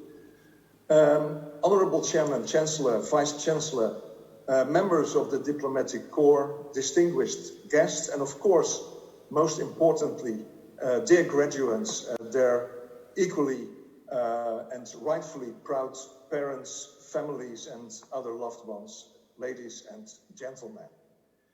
It's a great honor for me to speak to you and to officiate as your chief guest in this event. A virtual graduation at KIU as dictated by the circumstances of COVID-19. And I think, and we have heard about it, that KIU being a very young but also very dynamic institution, which has distinguished itself from others, has found very inventive ways to make progress in these difficult and challenging times. And I'm very proud and humbled to be part of that. Let me start by congratulating all graduates and wishing you all the best for your future outside of academia, which is about to begin. Let me also applaud the role KIU is playing not only in training and educating people from different parts of the world, but also for its great success in forging strategic partnerships like the ones with Leiden University and Royal Philips, indicating really the opportunities provided by public-private partnerships to change and improve the world. And on behalf of Royal Philips and the Philips Foundation, and of course also on my own behalf, I want to assure the KIU Board of Trustees and the management of our commitment to continued and strong collaboration so that global communities can benefit from our mutual relationship. And I'm also very happy to acknowledge that according to the recent rankings, KIU has moved up to the #1 position in private and the #3 position overall in universities in Uganda, making progress, improving even over the last year. On this joyful day, I would like to take the opportunity to share a couple of considerations for your kind attention, because I think it's an opportunity to exchange views and insights and to learn from each other. And first of all, of course, obviously, I would like to highlight the importance of education for society to create wealth and well-being across the globe, and of course also in Africa in particular. And at this time, in particular, life sciences play a key role in many respects to deal with the present COVID crisis. And Professor Jaktenbach has spoken about that, what insights we can generate together that impacts us all, not only in health and in livelihood, but also in economic impact, which of course is extremely important because wealth is health. In addition, of course, life sciences therefore provide a wide range of business opportunities.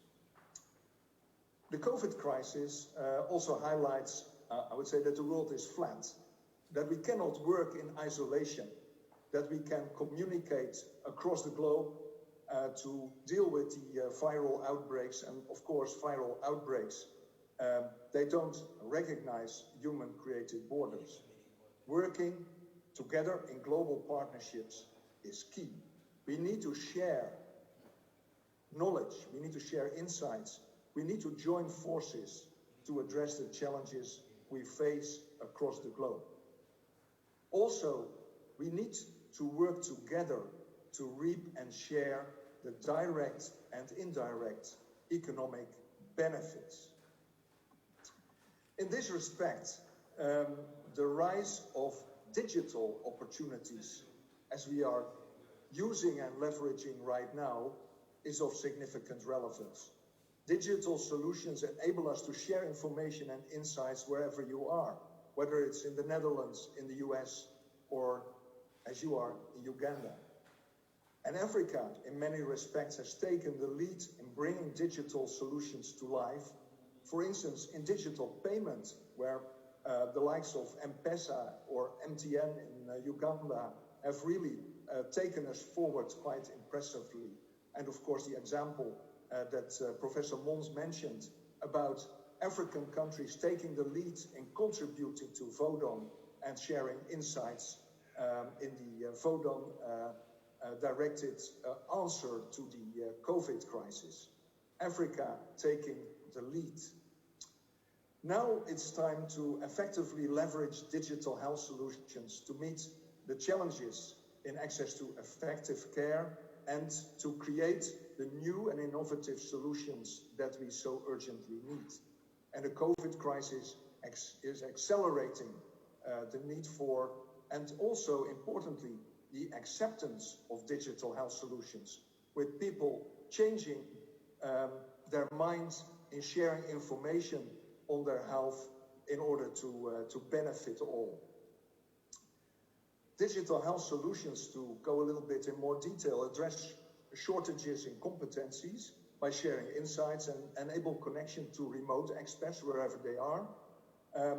Digital health solutions enable provision of telehealth, diagnosis and management of patients at home or close to home, outside of the hospital, reaching out.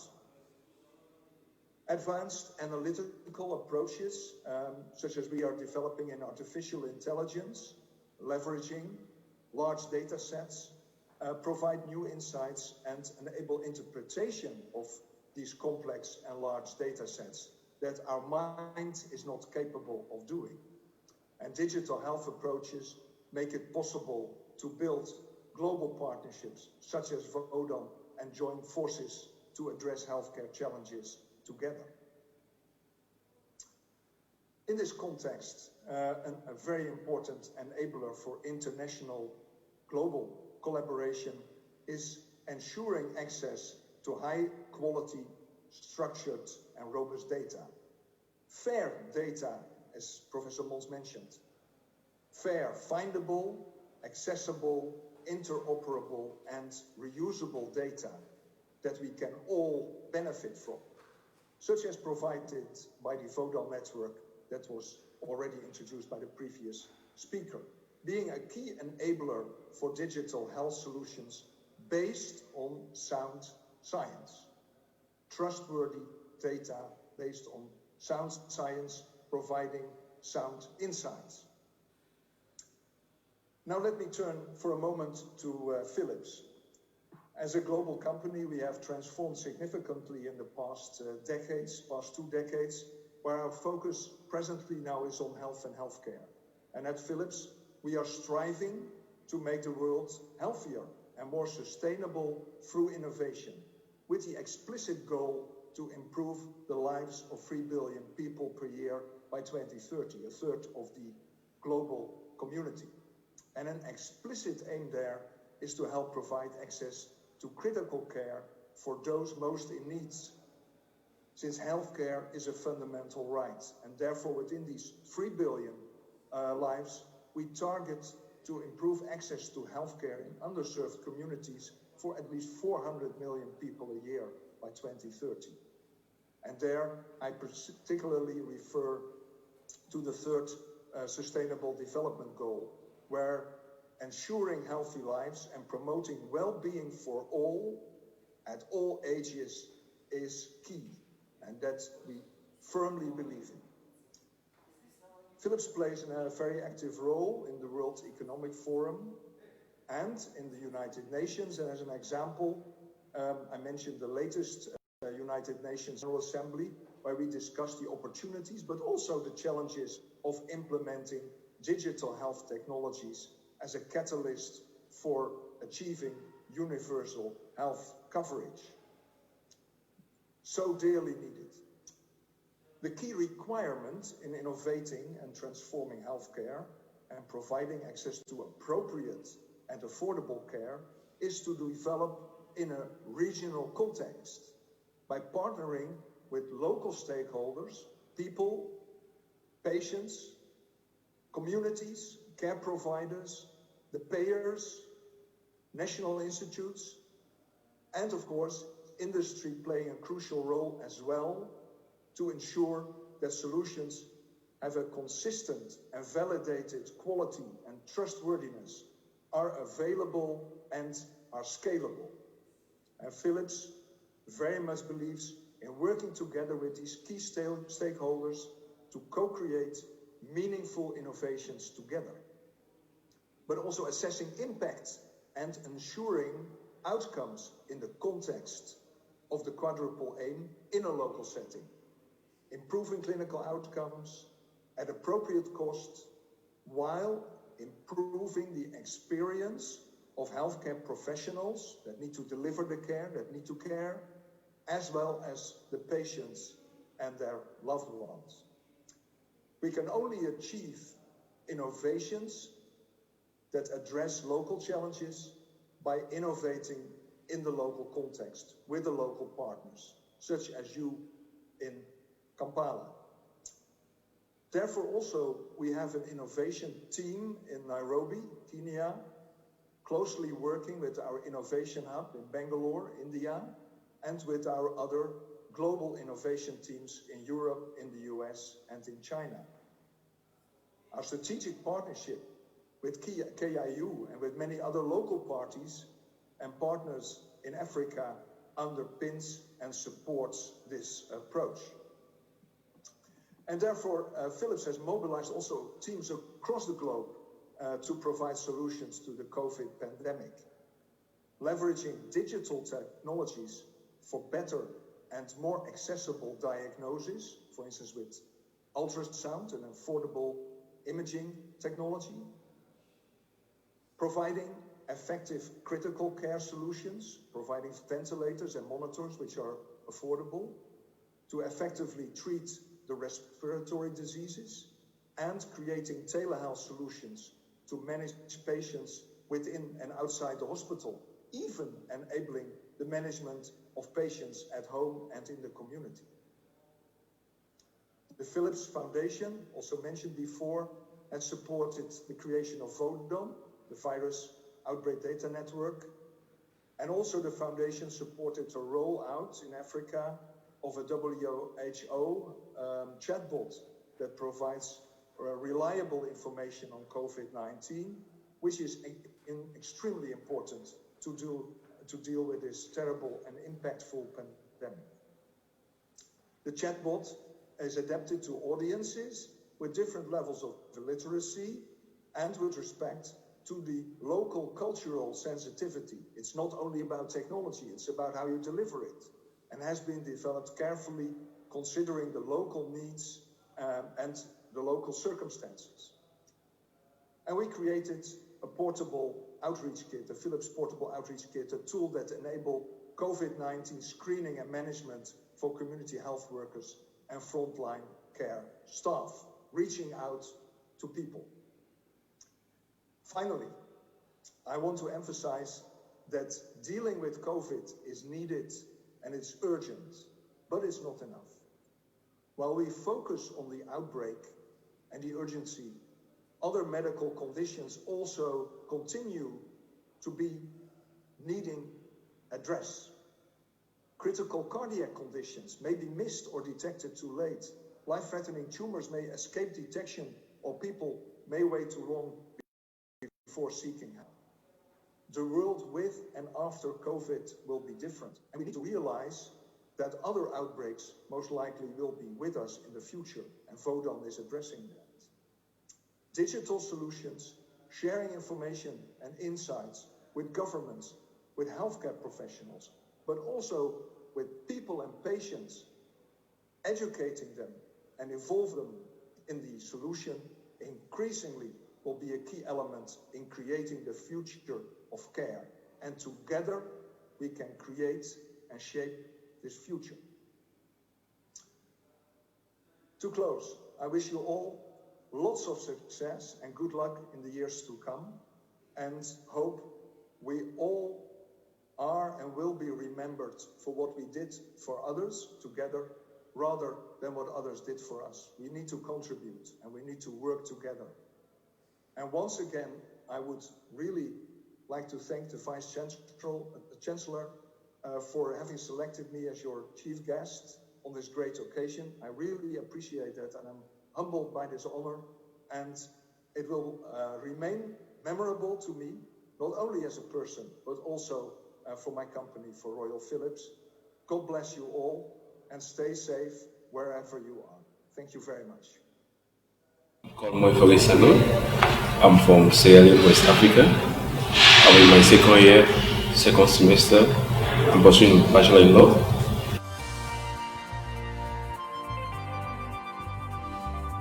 I choose law because there are lots of discrimination in society, which I... Ladies and gentlemen, welcome back. Very many thanks to our chief guest, Dr. Hans Hofstraat, who was joining us all the way live from the Netherlands, who was joining us live. We thank you very much for that great speech, for the great words of wisdom that you've given to our graduates today.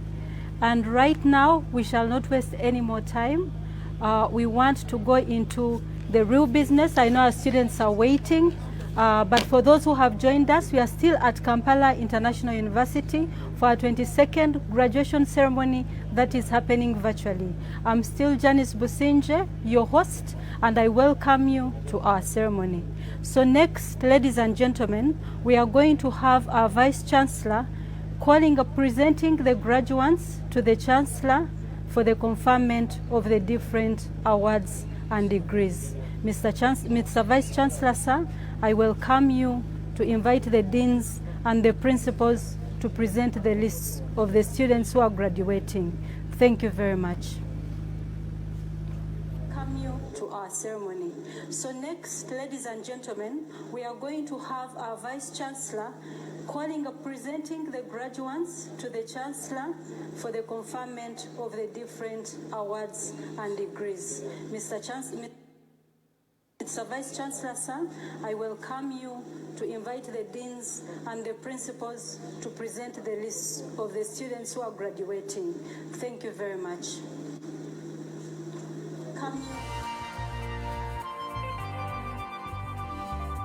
I choose law because there are lots of discrimination in society, which I believe with me I can able to cure those diseases which hinder the progress of individuals in society and like the bias within the governance system.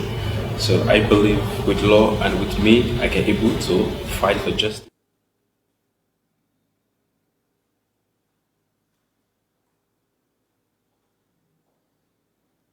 Thank you so much, our MC, Professor Janice Businje. Before I do the needful in terms of citation, I know we may not have an opportunity to thank all our guest speakers, including our newly installed Chancellor. I want to register on behalf of the University Management, Board of Trustees, University Council, academic and non-academic staff, and also would like to thank, appreciate most heartily the time that has been allocated. We thank you and we don't take it for granted. According to the procedure, Mr. Chancellor, sir, I'm meant to rise, cap, and then make the citation. So allow me to remove this mask. I am alone in the office, and I would like to remove the mask and then be able to stand up, cap, and then I'll be able to do the citation.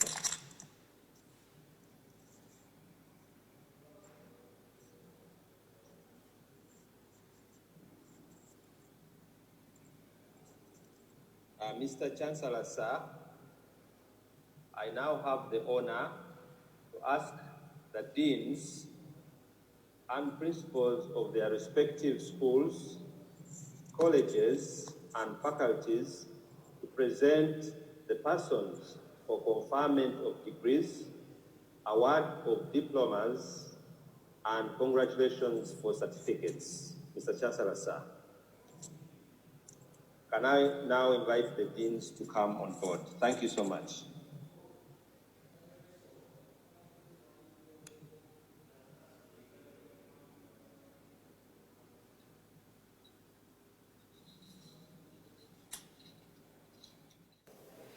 Mr. Chancellor, sir, in the name of the Directorate of Higher Degrees and Research, and by authority of Senate of Kampala International University, I have the honor to present the following persons for sufficient cause who have been found worthy, both in character and in learning, to be conferred upon Doctor of Philosophy in Management Science, Doctor of Philosophy in Biochemistry, and Doctor of Philosophy in Microbiology. Doctor of Philosophy in Management Science, Mr. Buba Muhammad Soba, did his research in determinants of savings, private investment, and economic growth in Nigeria, 1981-2015. Mr. Soba analyzed the effects of microeconomic variables on savings, investment, and growth. The outcome of the empirical investigations for the growth model evinced that there were direct positive relationships between growth and the regressors, but established an inverse relationship between growth and population growth rates.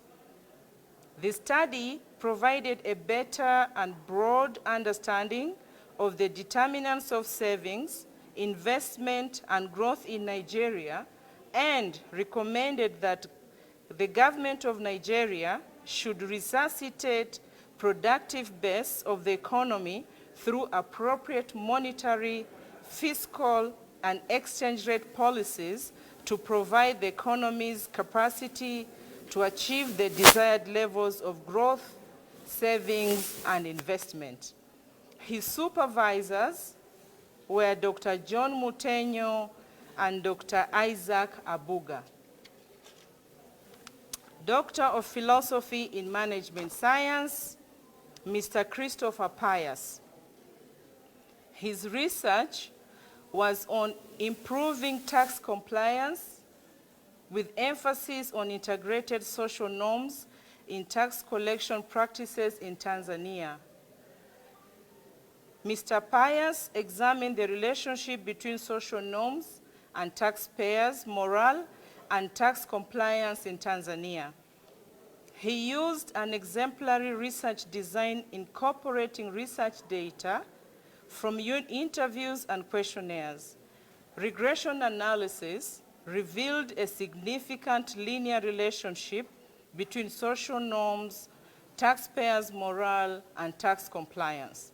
The study recommended, among others, that Tanzania Revenue Authority should nurture positive social norms, which will create an enabling platform for taxpayer satisfaction, trust, and thus tax compliance. His supervisors were Professor Honest Ngowi and Dr. Wako Wario. Doctor of Philosophy in Biochemistry, Miss Olufemi Mulka Ajagun Ogunleye. Her research was on evaluation of the anti-aging effects of Moringa oleifera and Ananas sativa on Drosophila melanogaster exposed to stress. Ms. Ajagun Ogunleye investigated the anti-aging effects of Moringa oleifera and Ananas sativa using the simple fruit fly Drosophila melanogaster as a model organism. She addressed the challenge of accelerating aging and age-induced memory decline using the free radical theory of aging as a foundation. Her research focused on the nutritional anti-aging and antioxidant mode of action of moringa and pineapple to identify their anti-aging bioactive fractions. Flies reared on food supplemented with different concentrations of moringa leaves, extract, and pineapple fruit extract were subjected to cellular oxidative stress, dietary, and heat stress. The aging parameters analyzed were longevity, fertility, climbing activity, and oxidative stress resistance as age progressed relative to the control groups. The fractions of the extracts were further screened for anti-aging bioactivities to reveal the most potent anti-aging fraction. Staying forever young and functional is everyone's desire. Therefore, the biological clock of aging can be slowed down through the oxidative stress resistance and nutrient sensing pathways.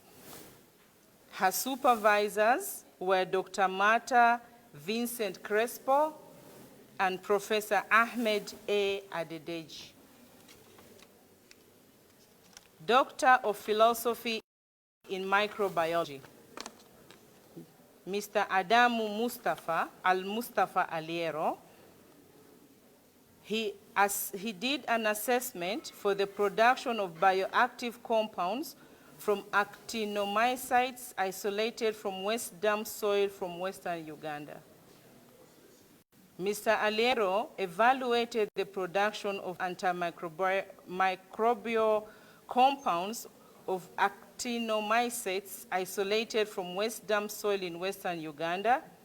The dye terminator sequencing method was used to characterize the isolated actinomycete SPP. He found out that the West Dam soil had actinomycete species that can produce potential antimicrobial compounds against selected bacteria and fungi, including methicillin-resistant Staphylococcus aureus. Nutrients and cultural conditions can influence the production of antimicrobial compounds by the actinomycete species. His supervisors were Dr. Matilda Angela Okech and Dr. John Oda.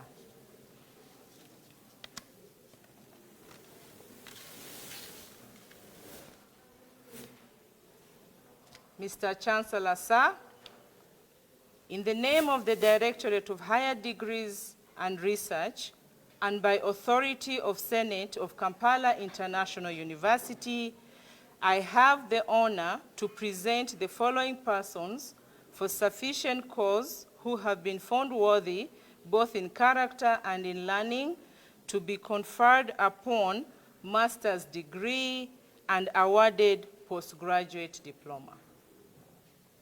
Thank you.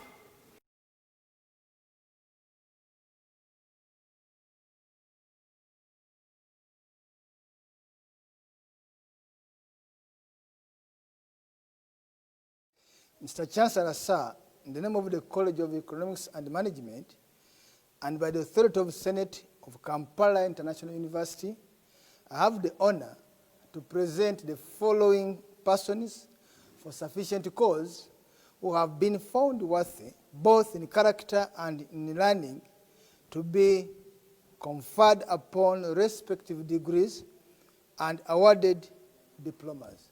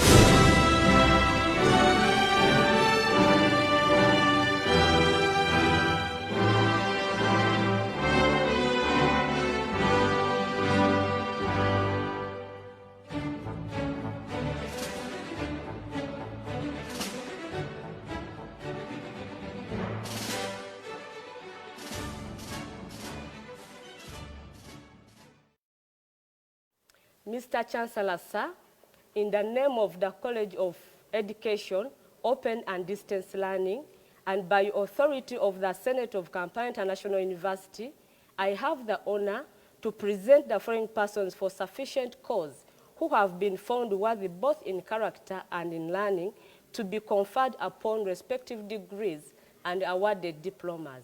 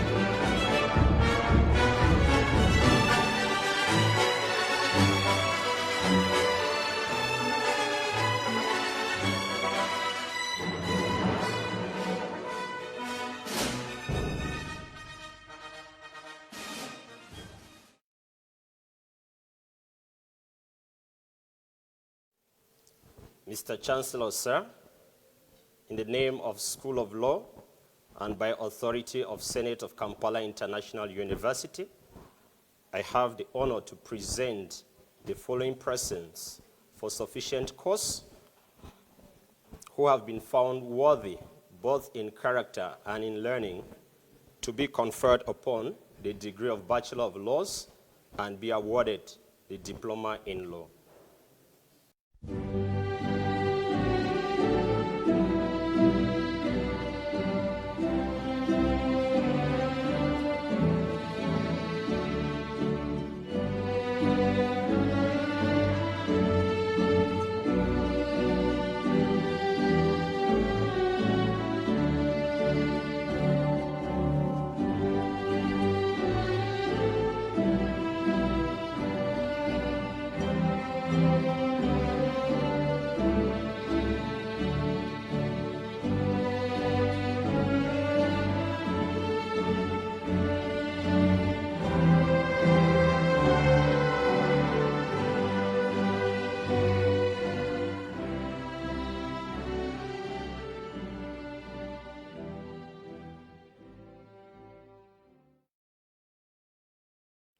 Mr. Chancellor, sir, In the name of the School of Mathematics and Computing and by authority of Senate of Kampala International University, I have the honor to present you the following persons for sufficient cause who've been found worthy, both in character and learning, to be conferred the respective degrees and awarded diplomas.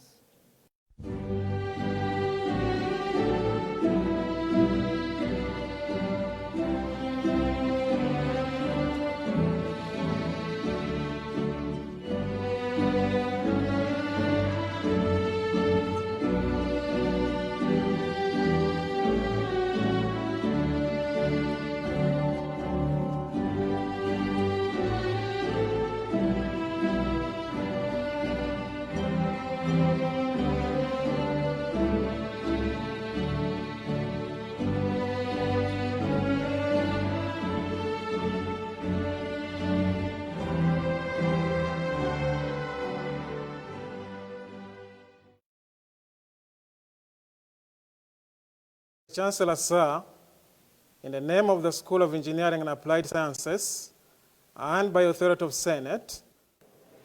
Mr. Chancellor, sir, in the name of the Directorate of Higher Degrees and Research and by authority of Senate of Kampala International University, I have the honor to present the following persons for sufficient cause who have been found worthy, both in character and in learning, to be conferred upon Doctor of Philosophy in Management Science, Doctor of Philosophy in Biochemistry, and Doctor of Philosophy in Microbiology.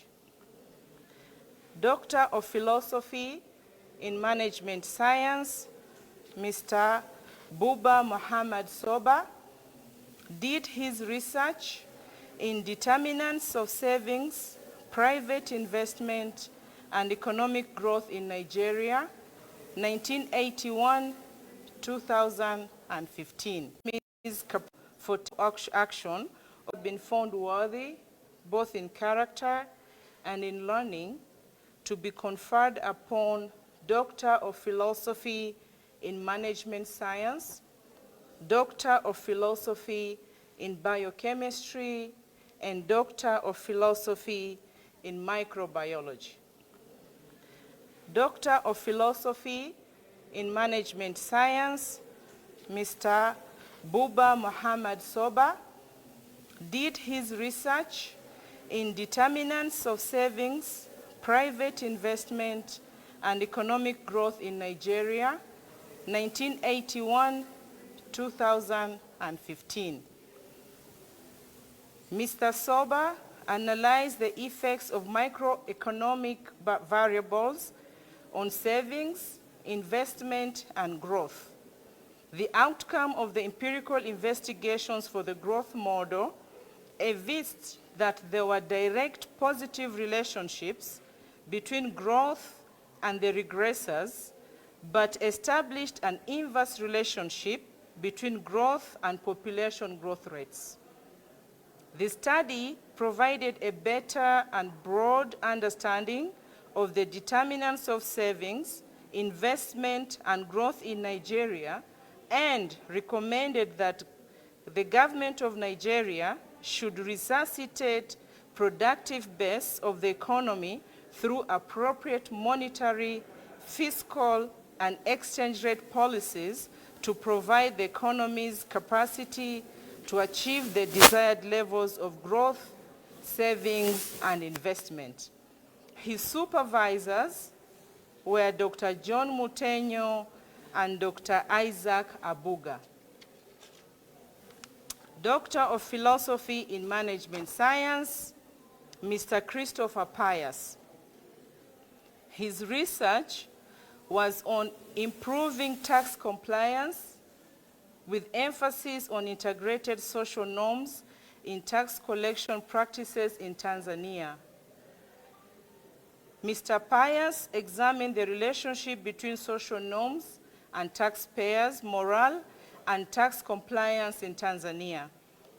He used an exemplary research design incorporating research data From interviews and questionnaires, regression analysis revealed a significant linear relationship between social norms, taxpayers' morale, and tax compliance.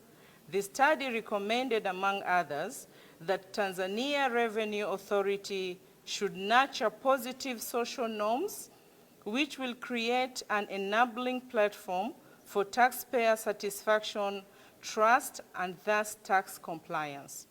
His supervisors were Professor Honest Ngowi and Dr. Wako Wario.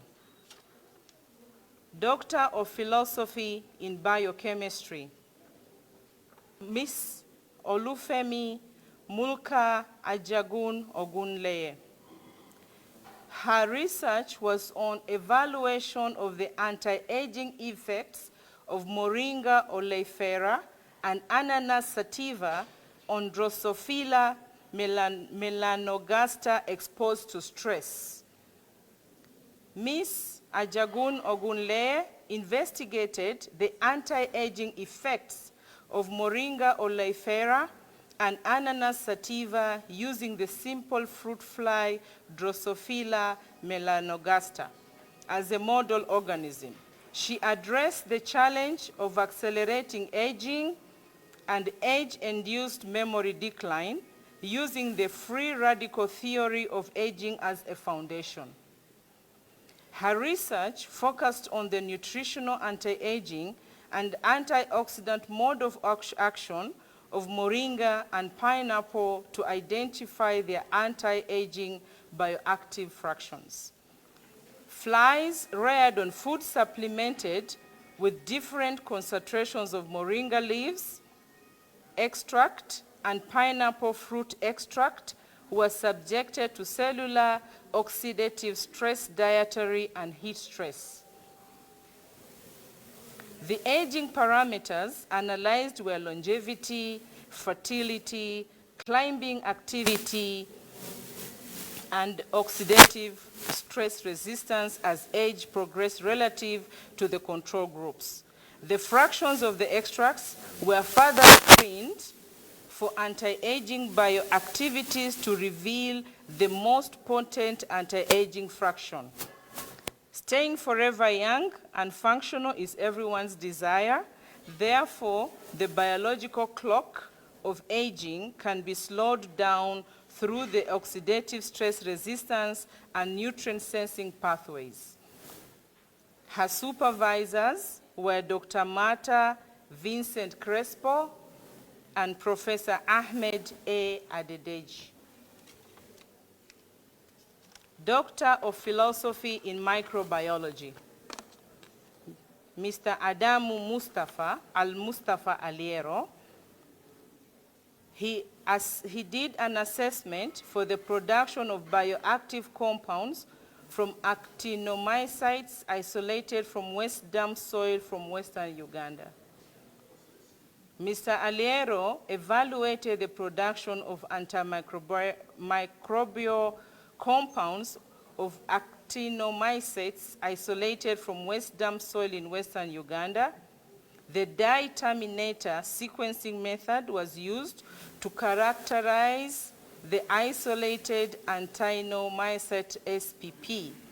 He found out that the West Dam soil had actinomycete species that can produce potential antimicrobial compounds against selected bacteria and fungi, including methicillin-resistant Staphylococcus aureus. Nutrients and cultural conditions can influence the production of antimicrobial compounds by the actinomycete species. His supervisors were Dr. Matilda Angela Okech and Dr. John Oda.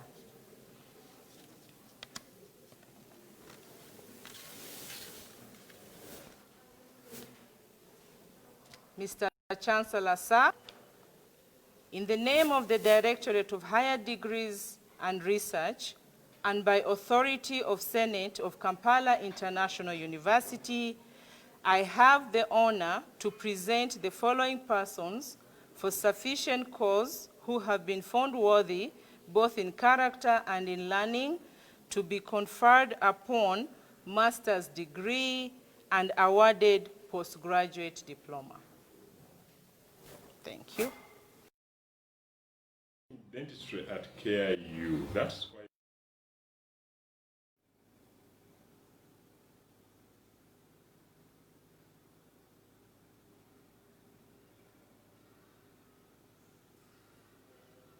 The history.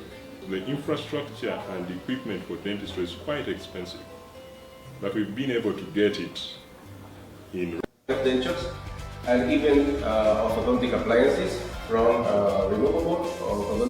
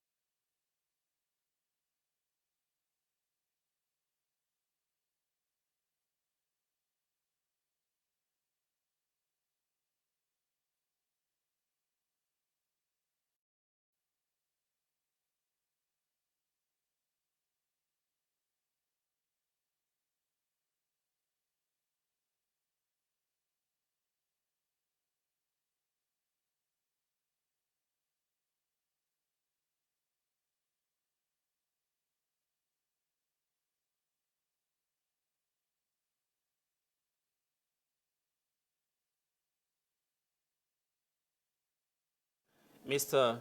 Chancellor, sir, in the name of the School of Allied Health Sciences and by the authority of the Senate of Kampala International University, I have the honor to present the following persons for sufficient cause who have been found worthy, both in character and in learning, to be conferred upon respective degrees and awarded diplomas.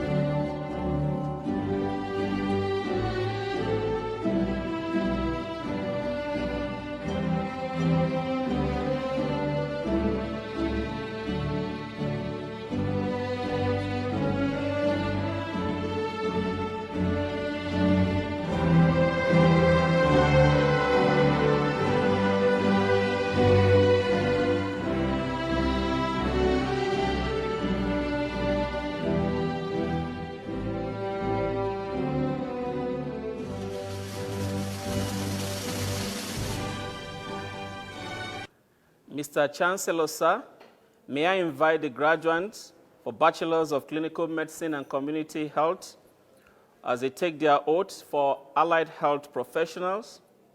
I, Serial Aloysius, swear to fulfill, to the best of my ability and judgment, my duties and responsibilities as an allied health professional.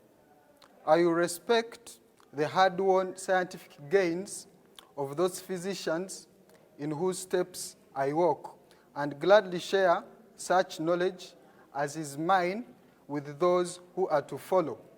I will apply for the benefit of the sick all measures which are required, avoiding those twin traps of overtreatment and therapeutic nihilism. I will remember that there is art to medicine as well as science, and that warmth, sympathy, and understanding may outweigh the surgeon's knife or the chemist's drug. I will not be ashamed to say I know not, nor will I fail to call in my colleagues when the skills of another are needed for a patient's recovery. I will respect the privacy of my patients, for their problems are not disclosed to me that the world may know.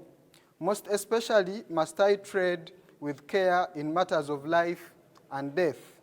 If it is given me to save a life, all thanks, but it may also be within my power to take a life. This awesome responsibility must be faced with great humbleness and awareness of my own frailty.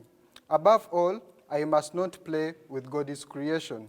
I will remember that I do not treat a fever chat, a cancerous growth, but a sick human being, whose illness may affect the person's family and economic stability. My responsibility includes these related problems if I'm to care adequately for the sick.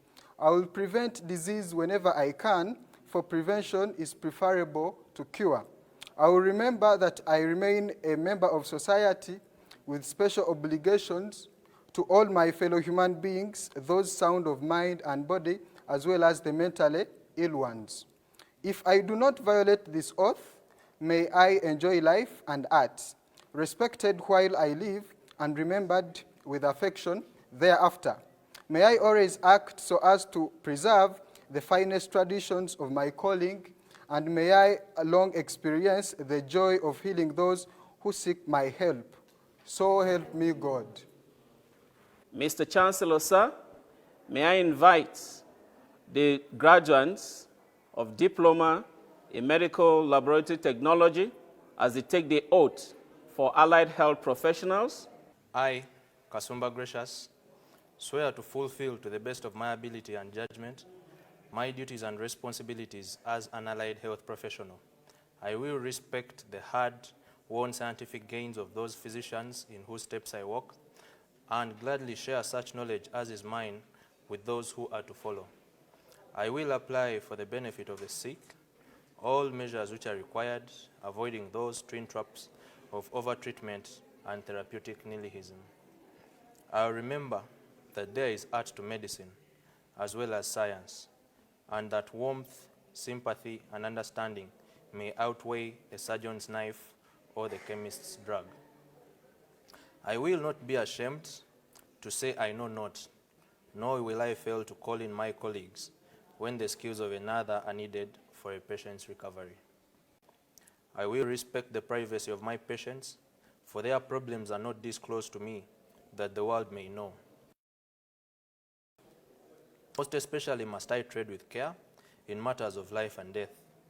If it is given to me to save a life, all thanks, but it may also be within my power to take a life. This awesome responsibility must be faced with great humbleness and awareness of my own frailty.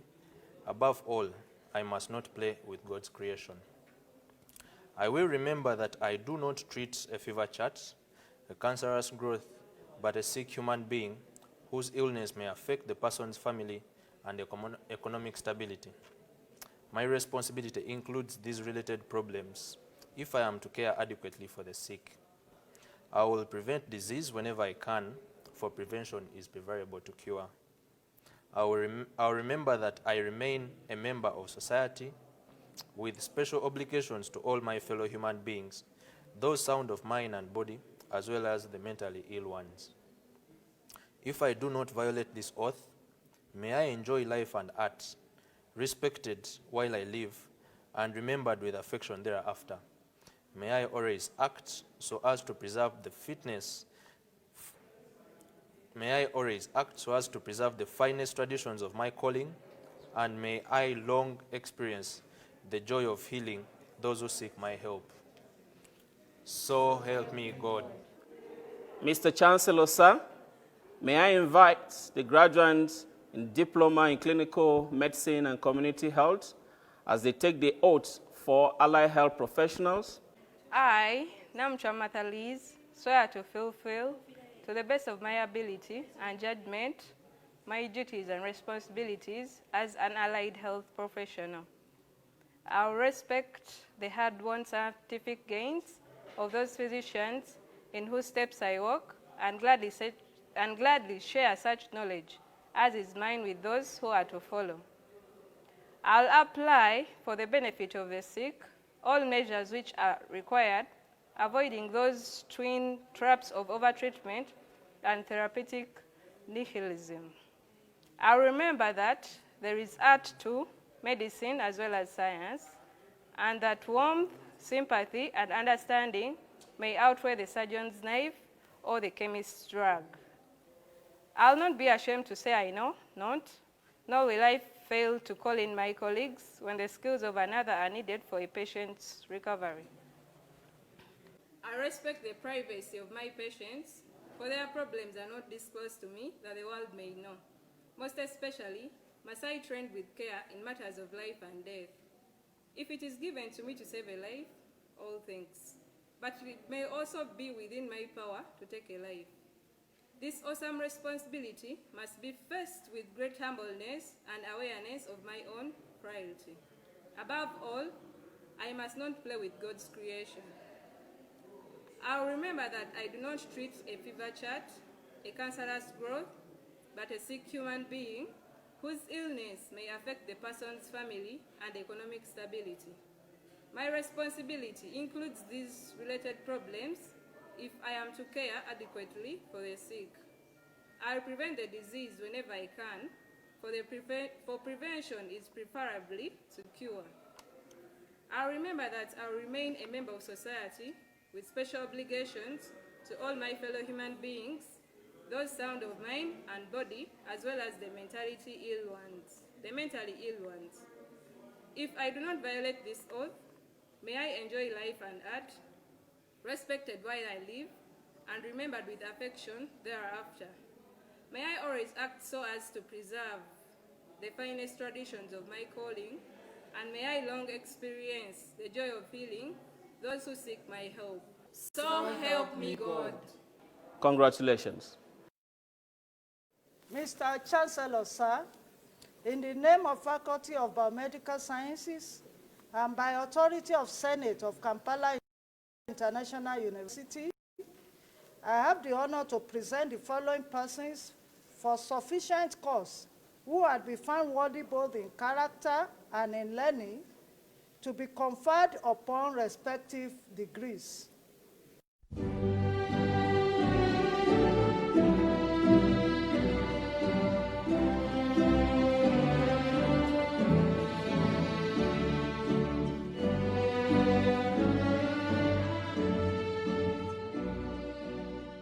Mr. Chancellor, sir, in the name of the School of Pharmacy and by authority of Senate of Kampala International University, I have the honor to present the following persons for sufficient cause who have been found worthy, both in character and in learning, to be conferred upon the respective degree and awarded diploma.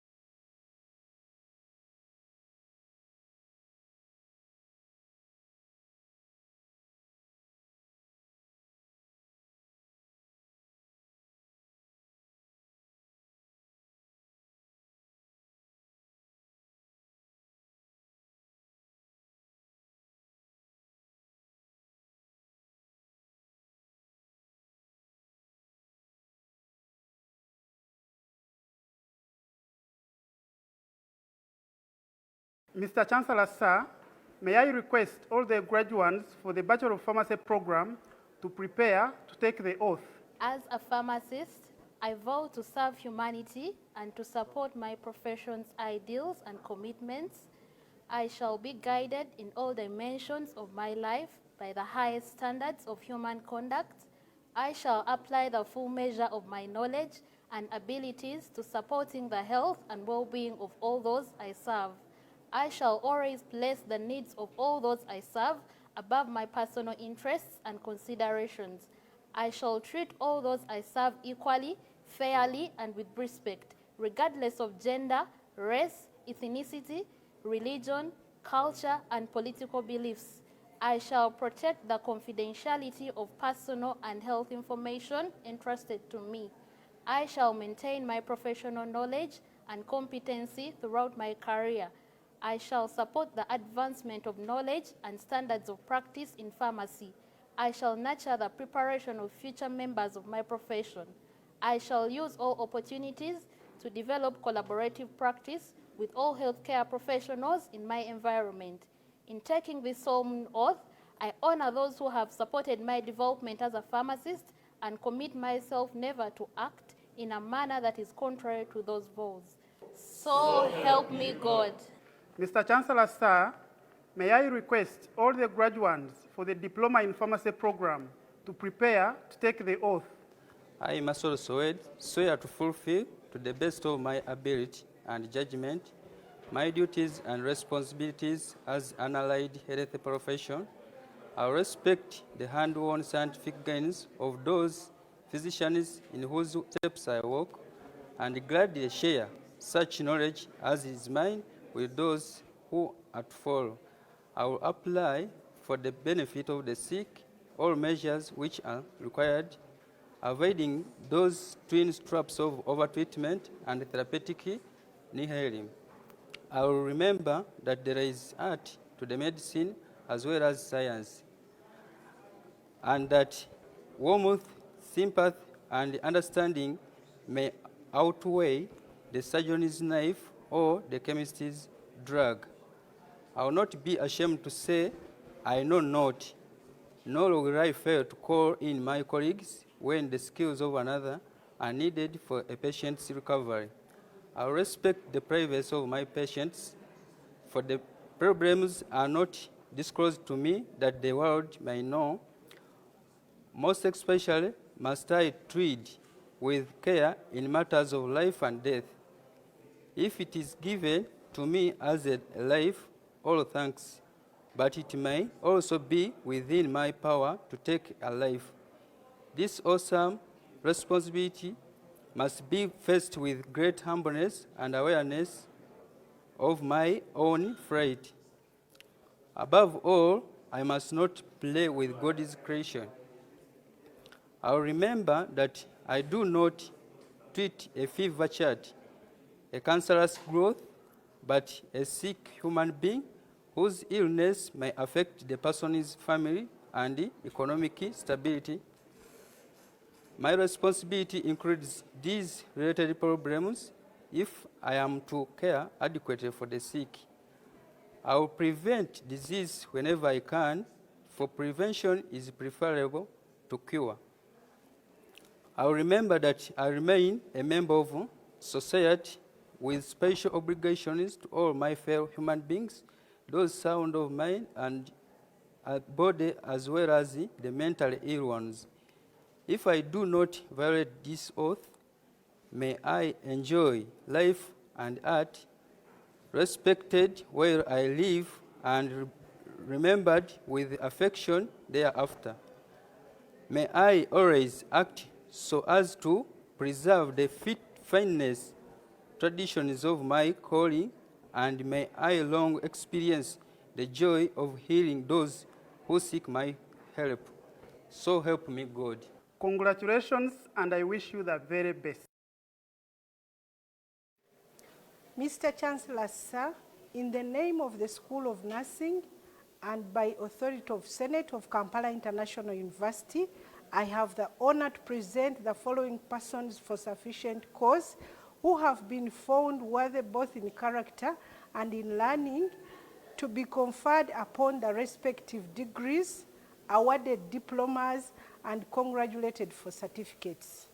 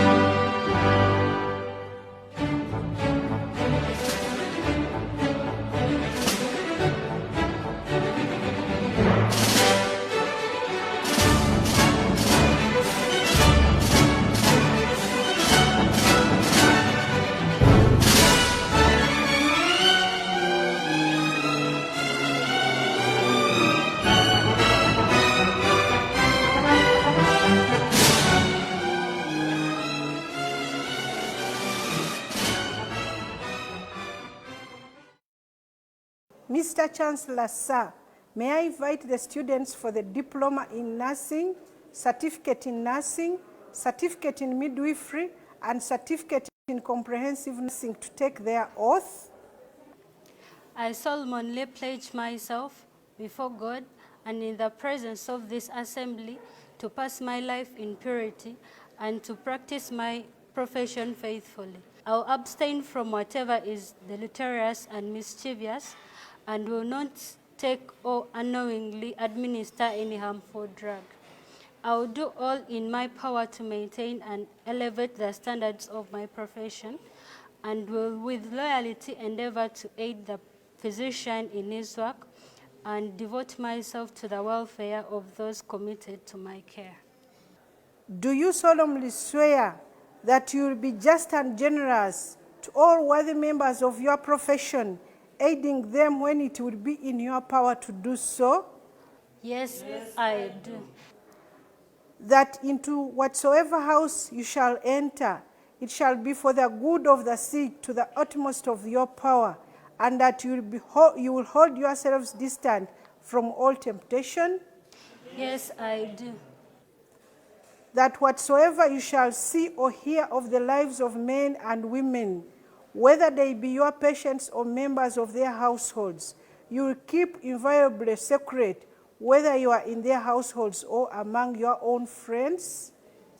Yes, I do. I wish you all the best as you join the nursing fraternity. Mr. Chancellor, sir, may I call upon the students of Bachelor of Nursing Science to take their oath? Do you, as a holder of the degree of Bachelor of Nursing Science of Kampala International University, solemnly pledge before God and the presence of this assembly that you will pass your life in purity and practice your profession faithfully? I do. That you will abstain from whatever is deleterious and mischievous and will not take or unknowingly administer any harmful drug? I do. That you will do all in your power to maintain and elevate the standard of your profession and will hold in confidence all personal matters committed to your keeping and family affairs coming to your knowledge in the practice of your calling? I do. That you will endeavor to promote interprofessional collaboration and devote yourself to welfare of those committed to your care? I do. That you will live your lives and lead your profession in uprightness and honor? I do. I wish you the best as you join the nursing fraternity. Mr. Chancellor, sir, in the name of the Faculty of Clinical Medicine and Dentistry and by authority of Senate of Kampala International University, I have the honor to present the following persons for sufficient cause who have been found worthy both in character and in learning to be conferred upon the degree of Bachelor of Medicine and Bachelor of Surgery, Kampala International University.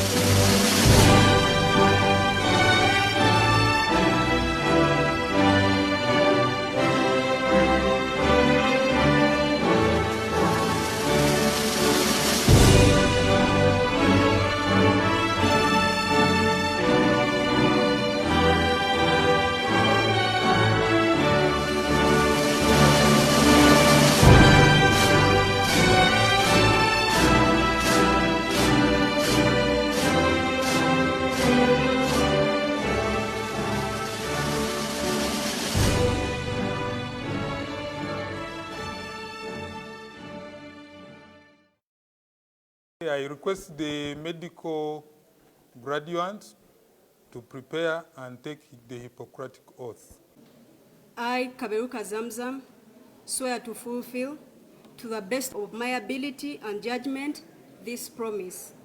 I do solemnly and sincerely declare that, as a graduate of the Faculty of Medicine and Dentistry of Kampala International University, I will exercise my professional knowledge and skills to the best of my ability, for the benefit of all people committing themselves or committed to my care, regardless of their individual status or standing.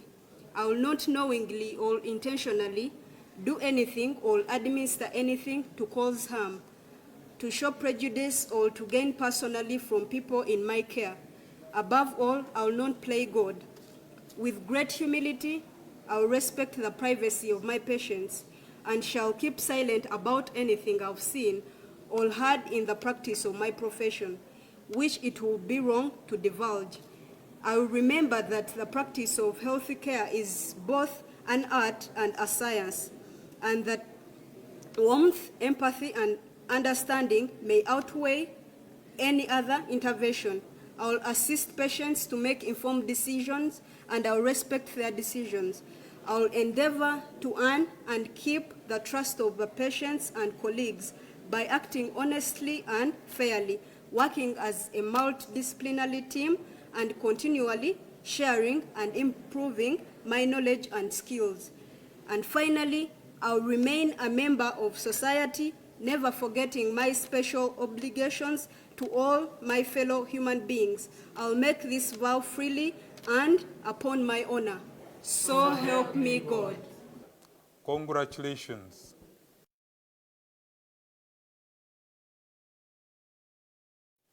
Mr. Chancellor, sir, in the name of the School of Engineering and Applied Sciences and by authority of Senate of Kampala International University, I have the honor to present the following persons for sufficient cause who have been found worthy, both in character and in learning, to be conferred upon respective degrees and awarded diplomas. Thank you.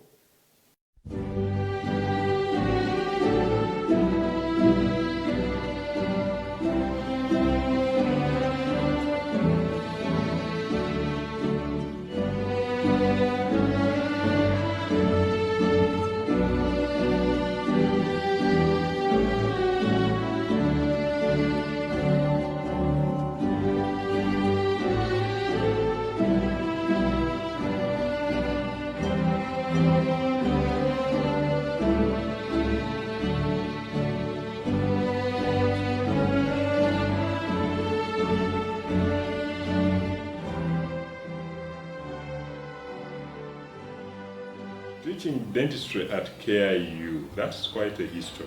The infrastructure and equipment for dentistry is quite expensive, but we've been able to get it in record time and have a setup that is next to none in this country. We are going to go bigger. We are going to attract more international students, and we are going to even move beyond undergraduate programs to the postgraduate, so that we have the specialists to teach, but also the specialists to provide that special dental care. We have the conditions to teach all the specialties. Mainly, we have 4 main departments. One department is restorative dentistry, the other department is northeast sciences, the other department is orthodontics, periodontics, and finally we have periodontics, and lastly maxillofacial surgery department. All are involving all the specialties needed for those students who develop the skills and develop all the knowledge, and when they go out, they go after graduating, they are going to be capable to give very good service to the population of every country. We are capable to manufacture all kinds of dentures and even orthodontic appliances, from removable orthodontic appliances to orthopedic orthodontic appliances. In the case of orthodontic, we have capacity to manufacture all kinds of removable dentures including metallic dentures and fixed dentures, and in the future we'll develop even implantology. This is a modern facility that is just starting, and I'm impressed with the kind of facilities that the university has managed to assemble. I believe it's going to, the students who are going to come out from this institution will be able to replicate the kind of knowledge that they have received here to the various working stations. We have 6 state-of-the-art phantom heads, which are basically going to help in the training of the students who will be coming to this institution. Now that is a plus to them, and I've also seen a lab, and I'm sure the prosthodontics will be excited to actually see that we have a functional lab that is going to enable the students do a lot more. Dental surgery is a fun mix of medicine, artistry, engineering, all combined into one. It's an exciting experience because KIU has a very good case mix, and we have referrals from all over. So as a student, I get to see cases that I wouldn't see normally in a lot of other facilities. So it gives an excellent learning experience. The beautiful case mix also gives us the chance to practice early, so that by the time I'm an intern, I'm much equipped to handle most of the conditions that I'll see in the field. Ladies and gentlemen, thank you very much for keeping with us, and thank you for your patience. You're welcome back. The names have been presented by the deans and the principals, and now we are waiting for the Chancellor to confer the degrees, to award diplomas, and congratulate the certificate holders right now. Congratulations to all our graduates who are just about to be graduates of Kampala International University. As soon as the Chancellor is ready to make the pronouncement, ladies and gentlemen, so we shall now go to the Chancellor, Professor, to award the different qualifications that have been read and for the names that have been presented. Thank you very much.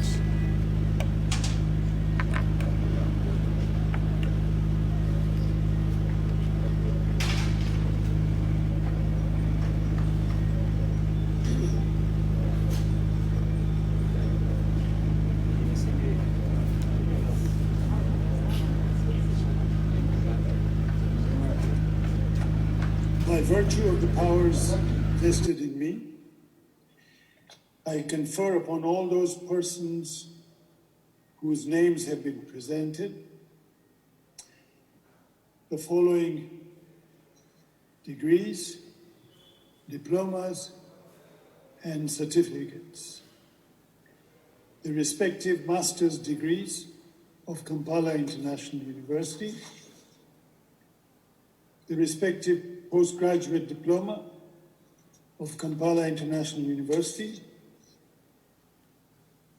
the respective bachelor's degrees of Kampala International University. He's not watching. The respective diplomas of Kampala International University, the respective certificates of Kampala International University. My heartiest congratulations to all of you.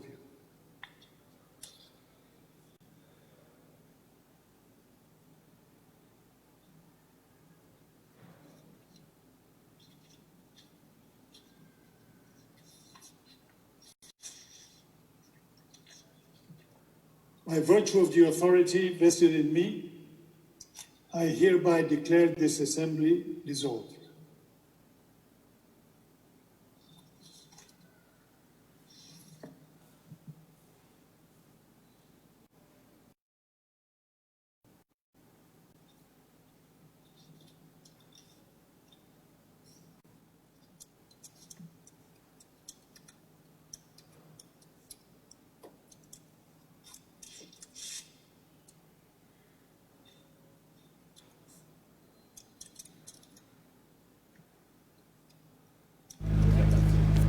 Done?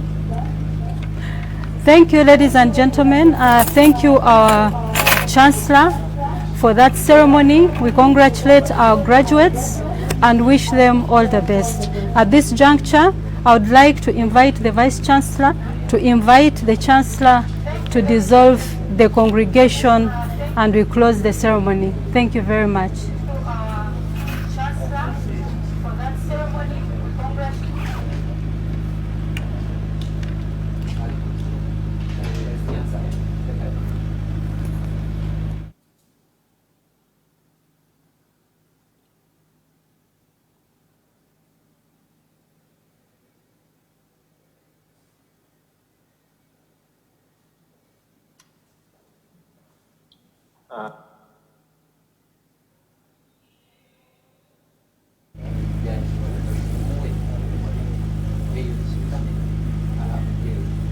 Yes, Mr. Chancellor, sir, our respected,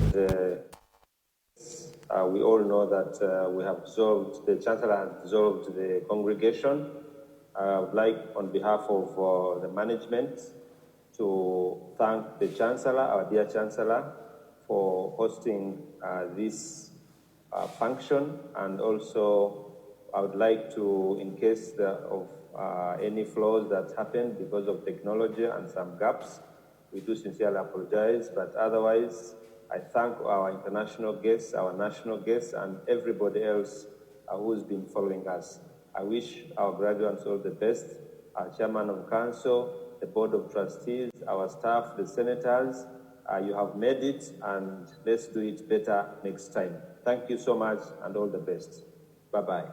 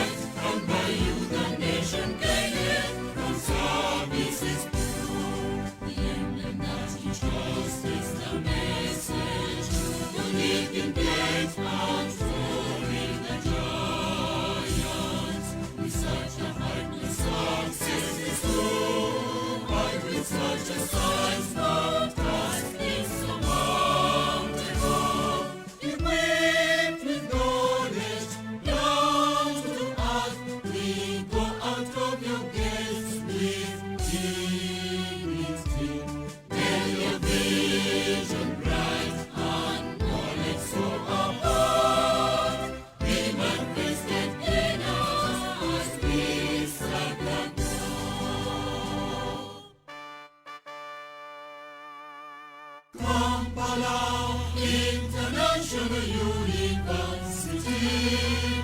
youngest to success glory wide. Your way of teaching so unique, always striving to get the from the best of the best. To pave the way for those seeking knowledge, to pave the way for those seeking success. The young and old alike benefiting.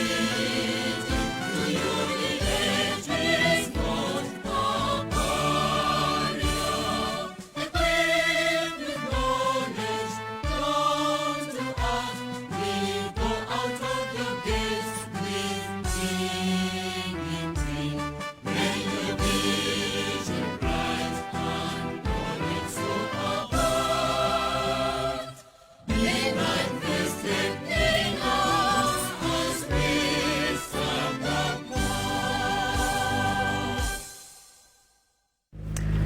Ladies and gentlemen, and our graduates, our Chancellor, our Board of Trustees, our Council, Chairperson Council and the members, our staff and students, we thank you very much for being with us today.